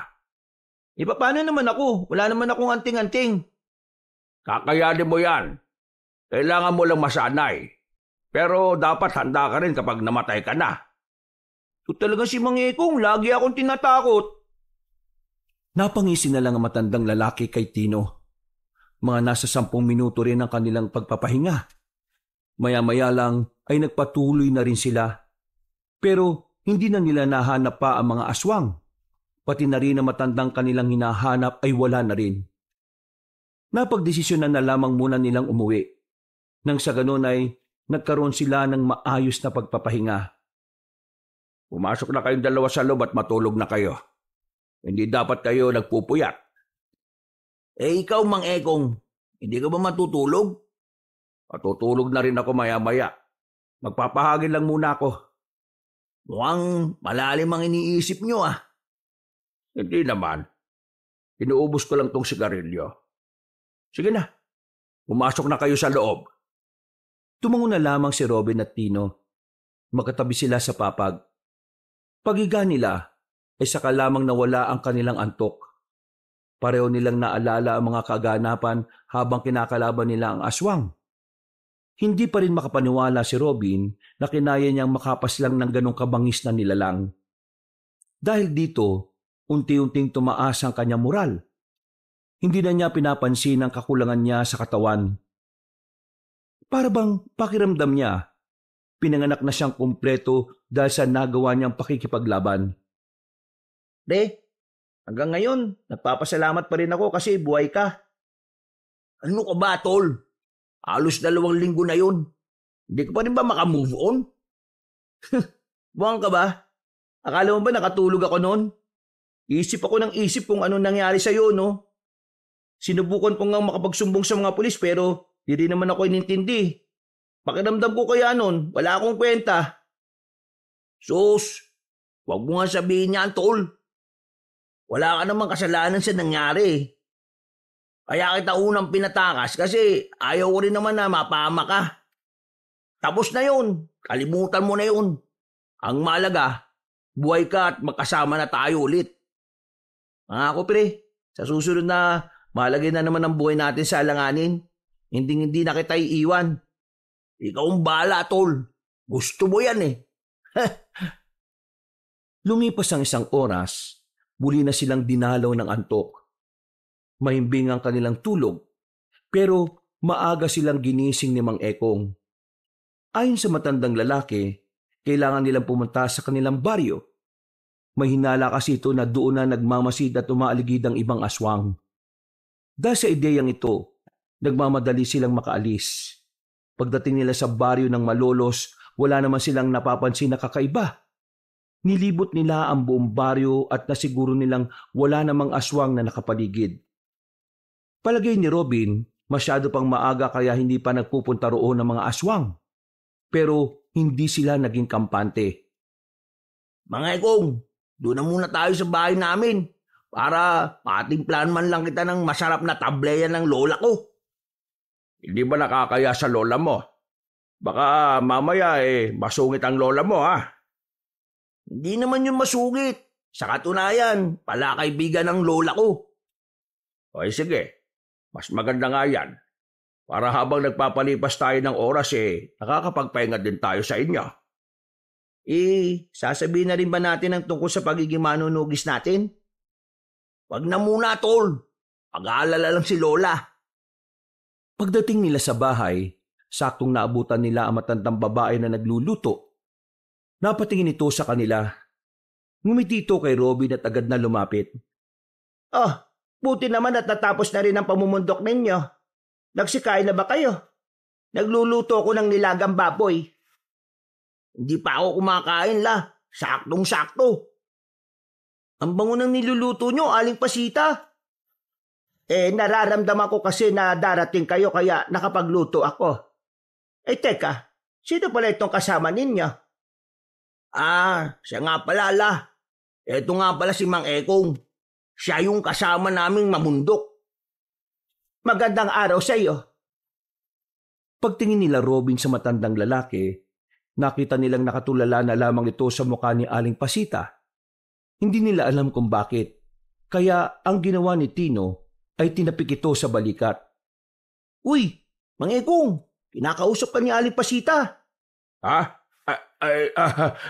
Oo, maganda ka sa araw. Ibig ko sabihin magandang araw din sa iyo. Halika na kayo. Pasok na. Luto na rin naman itong nilaga. Mang Ekong, ayos lang po ba kayo? Oo naman. Ayos lang naman ako.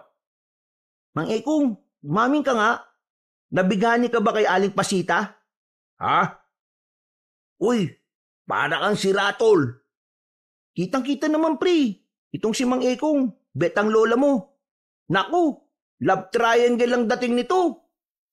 Anong pinagsasabi mo dyan, tol? Hindi mo ba talaga nahalata? May gusto si Mr. Smith sa lola mo. Sino naman si Mr. Smith? Siya yung boss namin sa panadirya. Isang kano. Naku, matinding katunggali mo, Mang Ekong. Wapo yun, tapos mabait. Tol, para kang timang. Tigil mo nga yan, baka marinig ka pa ni Lola dyan. Ano ba ang pinagbubulong-bulungan nyo dyan, hay? Pumasok na kayo dito at inihanda ko na yung hapagkainan. Agad na rin silang pumasok sa loob. Bago sila magsimula, isang bisita ang dumating. Pagtingin nila sa pinto, naroon si Mr. Smith at may dala pa itong mga prutas. Nakaayos ang buhok. Nakasuot ng pamorma. Uy, Mr. Smith, you're here. Good timing. Come, eat with us. Eat. Oh, thank you. By the way, this is for you, Pasita. This is good for your health. Ito pala yung Smith. Hindi naman gwapo eh. What did you say? Mr. Smith, this is Mang Ekong, our friend. Ekong. Oh, sounds like Korekong. Uy, nagsisimula na. Smith, tunog naman singit. What did you say? Don't you know how to speak English? I speak English but I'm Filipino. I speak Tagalog. You speak Tagalog because you're in the Pilipinas. You're not in your country. Thank you for reminding where I am. But for your information, English is a universal language. I can speak English every time I want. Every time I want, di ikaw na. Mang Ekong, bakit ka ba nakikipagsagutan? Kakakita nyo pa lang eh. Ano ba nangyayari dito? Nasa harapan tayo ng hapagkainan. Smith, ignore him and focus to the food. Ikaw naman, bakit ka ganyan? Huwag ganyan. Napapailing naman si Mang Ekong. Sa puntong ito, naging malinaw na para kay Robin na talagang ang natitipuhan na matandang lalaki ang kanyang lola. Napapakamot na lamang siya sa kanyang ulo. Batid niya na magiging magulo ang buhay niya kapag nagsama si Mr. Smith at si Mang Ekong.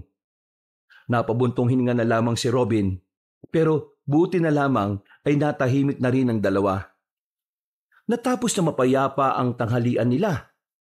Maya-maya pa, nagpaalam na rin si Mr. Smith. Tumingin pa ito ng masama kay Mang Ekong. Ang lola naman ni Robin ay umalis na rin muna para puntahan ng kaibigan nito. Mami ka nga sa akin, Mang Ekong. Gusto mo ba lola ko? Ano? Gusto ko lola mo? Ito talaga si Mang Ekong, oh. Hindi ka magaling magsinungaling eh. Kaya huwag ka nang magkailapa, no? Wala namang masama kung aamin ka sa nararamdaman mo. Wala eh. Pagkakita ko sa lola mo, ang ganda kahit matanda na. Nabighani nga ako kagad eh. Lagot ka sa asawa mo. Mumultuin ka noon. Hindi naman siguro masama magmahal ulit. Magmahal ulit? Mahal mo kagad lola ko? Malay natin. Mortal mong kanibal dyan si Mr. Smith. Naku, ano kayang magandang pamagat nito? Ang dalawang bubuyog ng isang bulaklak. Ayos! Hindi na lamang pinagbigyan tuon ni Robin ang love triangle na matatanda. Dahil nang sumapit na ang kinahapunan, dito na muling naging seryoso ang lahat. Bago sumapit ang kinagabihan, muli nilang nilibot ang buong baryo. Nagmasid-masid sila sa mga taong naroroon. Lahat ng mga mukhang hindi pamilyar sa dalawang binata ay binabantayan nila. Sa kasagsagan ng kanilang paglilibot, bigla nilang nakasalubong ang grupo ni Dorobo. Nawala ang ngiti ng mga iyon nang makita si Robin. Nanlalaki ang kanilang mga mata. Hindi makapaniwalang nasa harapan ng taong inisip nilang patay na. O ano? Gulat kayo, no? Teka, patay ka na, di ba? Oo, patay na ako. At itong nasa harapan mo ngayon ay isa na lamang multo. Tinatarantado mo ba ako? Ito bang loko-lokong ito ang nambubuli sa inyo? Oo, siya nga ho, Mang Ekong. Lumapit si Mang Ekong kay Dorobo. Nagulat na lamang si Robin at Tino nang biglang sampalin ni Mang Ekong ang lalaki. Sa lakas ng pagkakasampal, ay napatras si Dorobo at nasalo ng mga kasama nito. Rico, sira ulo ka ba, tanda ka? Sinintok ni Dorobo si Mang Ekong, pero nagawa lang itong ilaga na matandang manunugis. Sinuntok uli nito si Dorobo sa panga na dahilan ng pagkahilo nito. Hindi mo na mabubuli itong dalawang to. Yan ang tandaan mo. Tatandaan ko ang araw na to. May araw ka rin sa akin, tanda. Pati ikaw, Robin. Tutuluyan kitang burahin sa mundong ito. Kung nabuhay ka sa ginawa namin, sa puntong ito hindi na. Sisiguraduhin ko yan. Hindi na ako natatakot sa mga sinasabi mo. Kaya kung ayaw mo mabugbog ka ng matandang nasa harapan mo, umalis na lang kayo. Masama ang tingin sa kanya ni Dorobo. Pero umalis na lang din ang mga yon kaysa masaktan pa si Mang Ekong. Sa ginawang yon ng matandang lalaki ay bumilibang dalawang binata. Ngayon lang sila nakakita na matanda na ganun kalakas ang suntok. Matagal-tagal na rin akong hindi nakasuntok ah. Masaya pala. Natatawa na lamang ito. Maya-maya pa pinagpatuloy na rin nila ang kanilang paglilibot. Nang mapadaan sila sa isang abandonadong simbahan sa bandang dulo ng Baryo Malolos, hindi kumukulo ang langis na dala. Pero nagiging aktibo ang daladala nilang mga anting-anting. Isang matibay na senyales na sa lugar na yon may negatibong enerhiya. Sandali lang. Bakit ho? May kakaibang presensya rito sa lumang simbahan na ito na hindi kayang maramdaman ng langis. Humanda kayo. Malakas to. Anong klaseng aswang ba yan? Kabunan. Lakas loob silang pumasok sa simbahan. Bumungad sa kanila ang loob na tila nilalamon na ng mga halamang gumagapang. Ang mga pader, kitang-kita ang kalumaan. Sa bandang harapan naman ng altar, naroon ang isang matandang lalaki. Nakaupo ito. Nang maramdaman sila, ay agad na itong lumingon sa kanila. Tinutukan pa ni Tino ng ilaw ang matandang lalaki.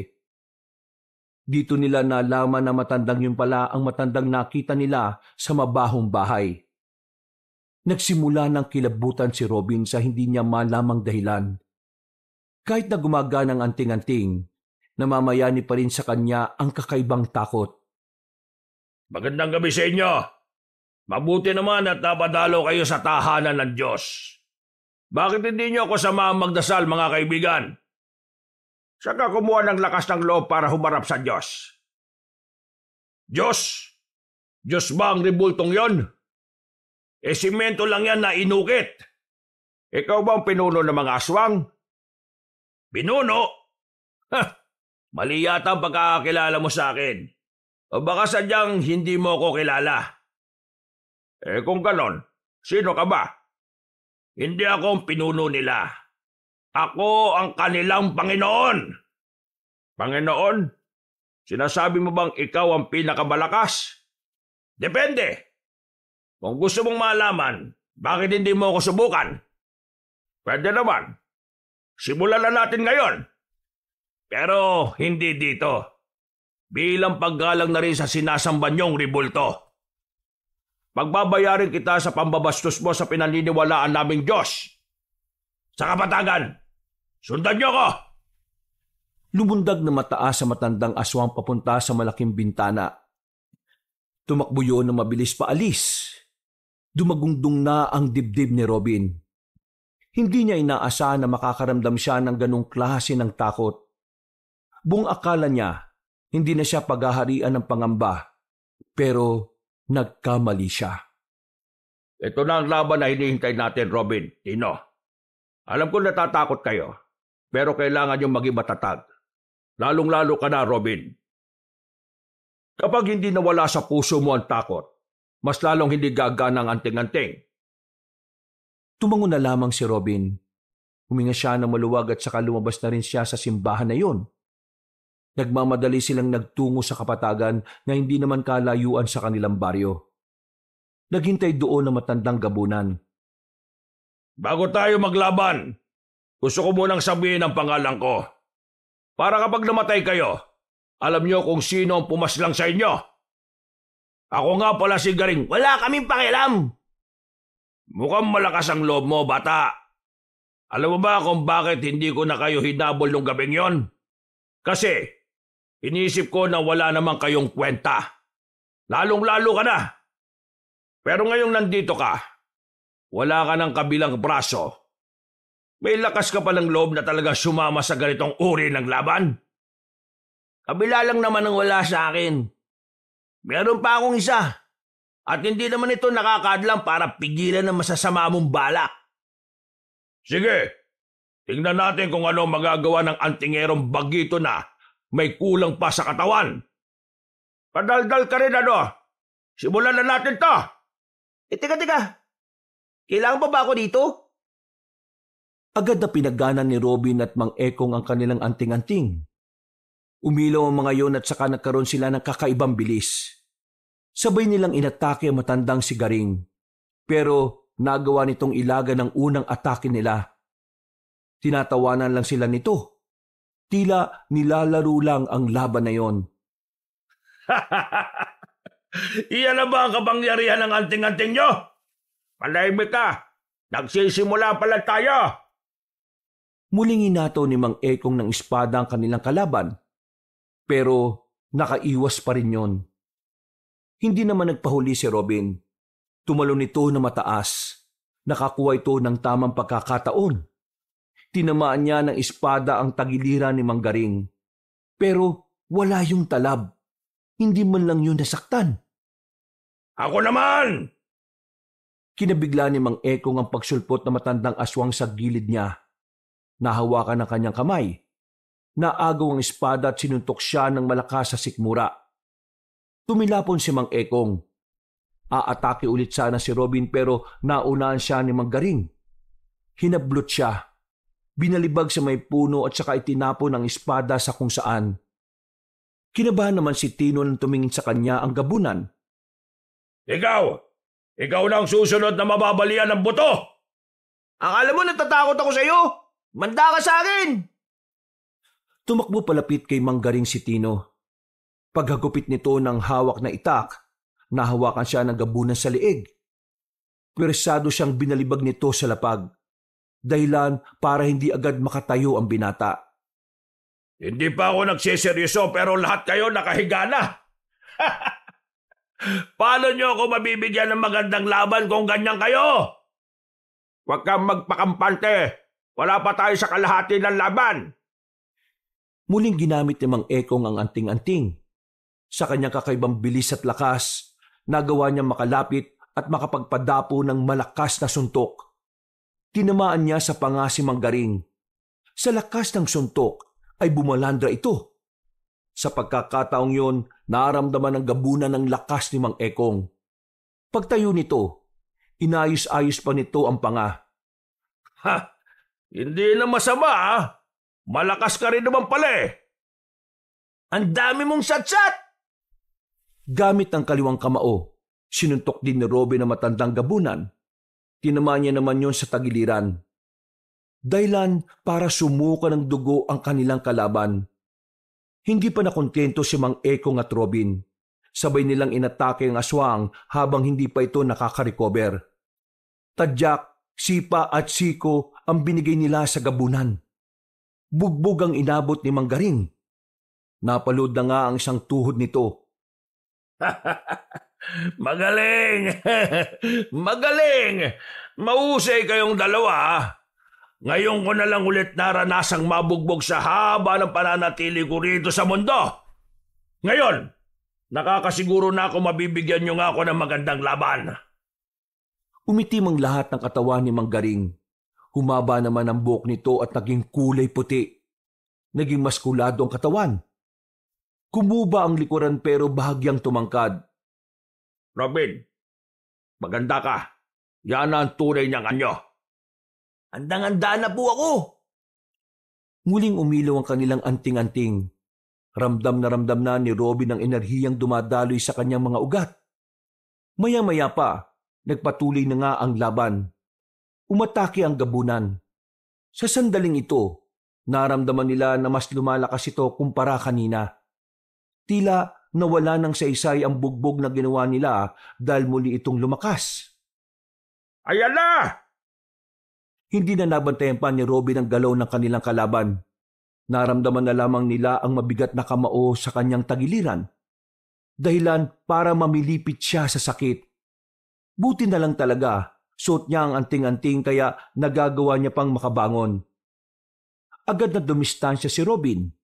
Bigla na lang siyang hiningal ng dahil sa nangyayari. Habang si Mang Ekong naman, sinusubukang patamaan ang kanilang kalaban. Ang kaso nga lang, tila kalkulado na ni Mang Garing ang kanilang mga galaw. Pahihirapan ko kayo hanggang sa magmakawa na kayo para sa mga buhay ninyo! Nahuli ni Mang Garing si Mang Ekong. Pagsuntok ng gabunan sa balakang ni Mang Ekong ay narinig nila ang paglagutok ng buto. Napasigaw na lamang si Mang Ekong. Bumagsak agad ito sa lapag at ininda ang pagkabali ng kanyang balakang. Ano? Matanda ka na nga! Kaunting sagi lang nabalian ka na. Mukhang wala naman ako mapapala sa'yo Kailangan ko na yatang ito ng atensyon ko sa lalaking ito. Humarap si Mang Garing kay Robin. Naramdaman ni Robin ang nabubuhay na kaba sa kanyang dibdib.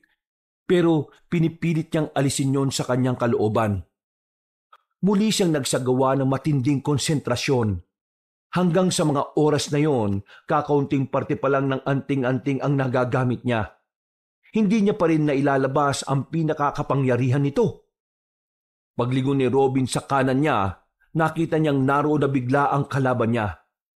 Alerto siya sa mga sandaling ito, kaya matagumpay niyang naiwasan ang suntok ni Mang Garing. Pero hindi siya naging kampante. Pinag-aralan niya ang bawat galaw ng gabunan. Pero nahihirapan pa rin siya. Pabago-bago kasi ang estilo ni Mang Garing. Wala ka na bang ibang gagawin kundi umiwas? Mag-iingat ka, Robin! Nababasa niya ang mga galaw mo! Si Robin naman ang umatake. Magkakasunod na suntok ang kanyang ginawa pero tinatawanan lang siya ni Mang Garing. Umiilag-ilag lang din ito sa kanya.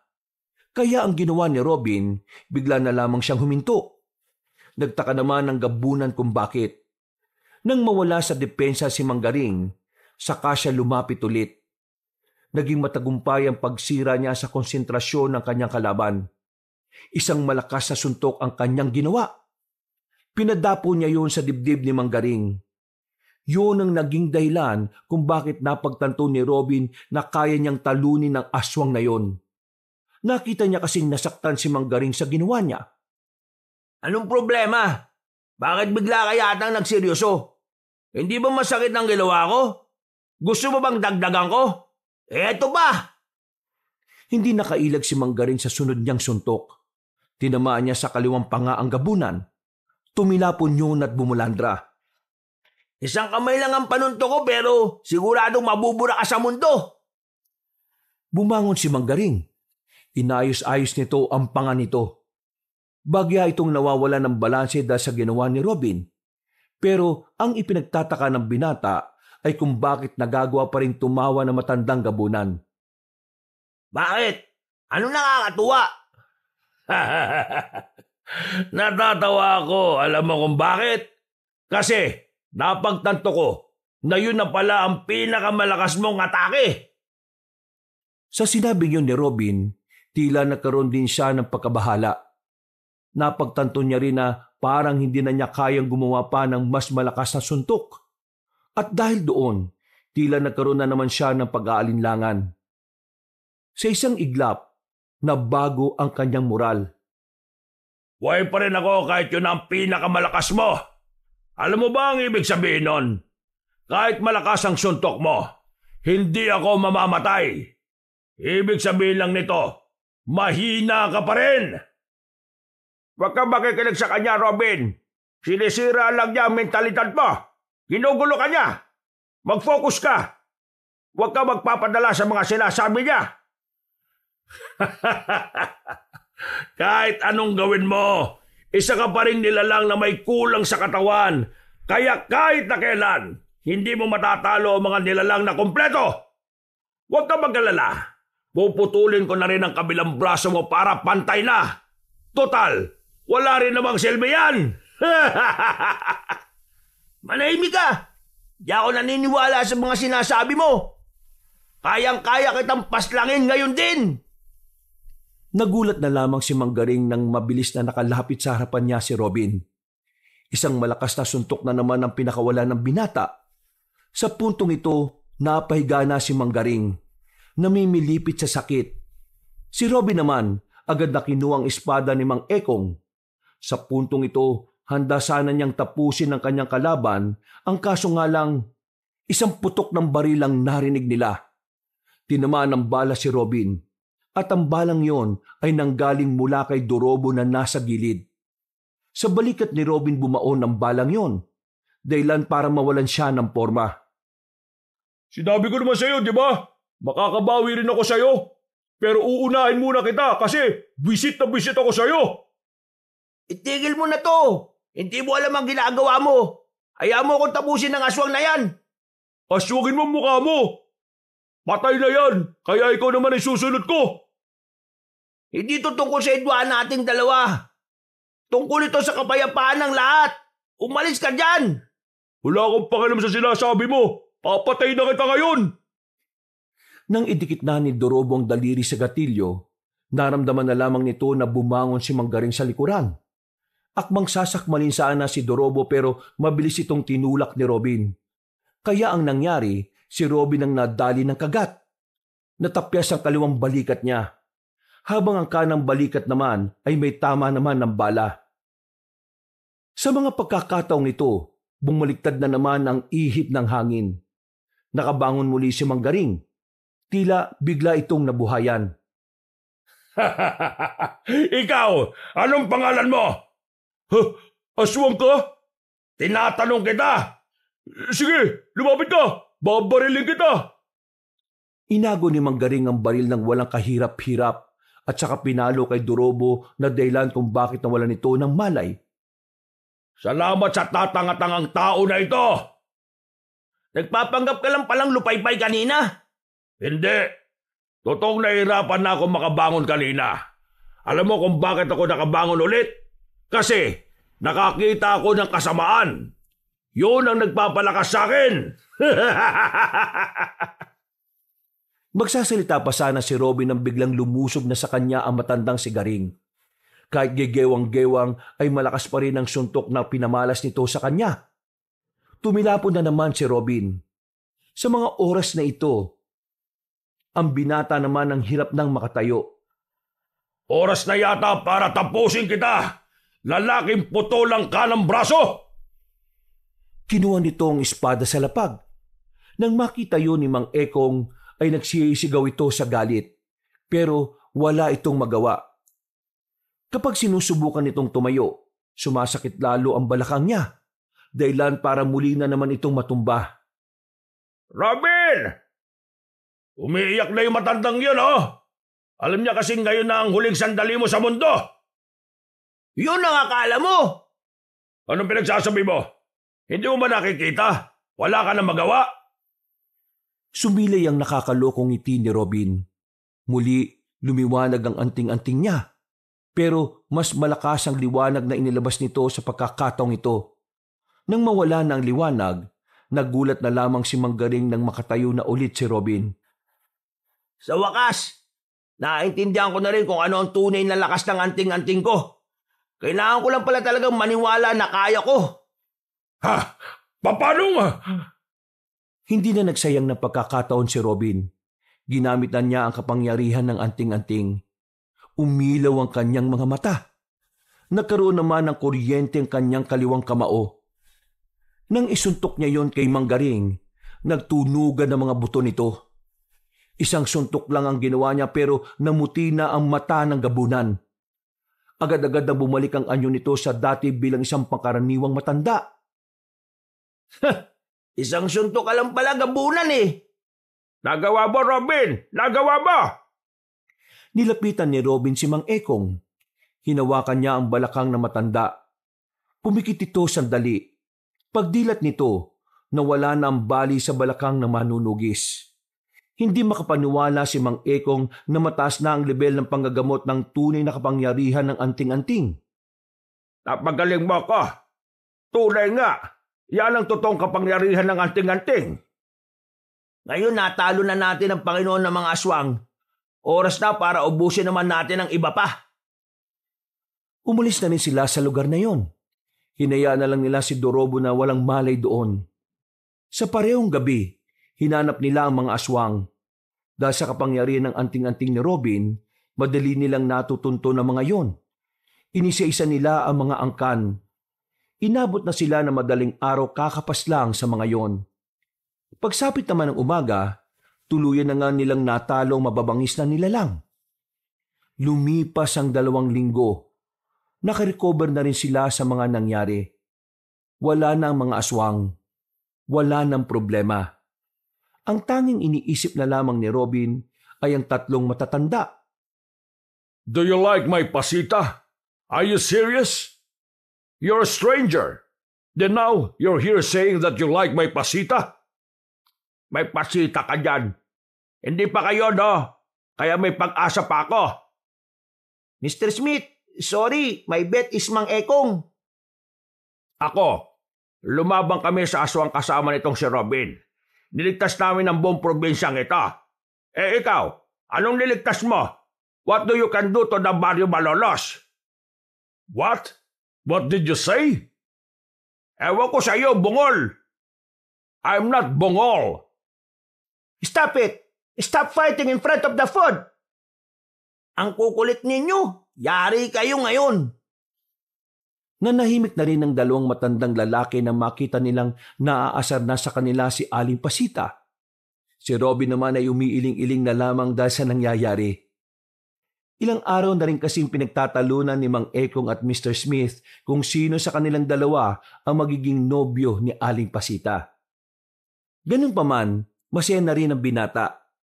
Kahit araw-araw pang maging maingay ang pamilyang yon, ang mahalaga naman sa kanya ay nasa ligtas na sitwasyon na ang lahat. Walang panganib, walang gulo, at higit sa lahat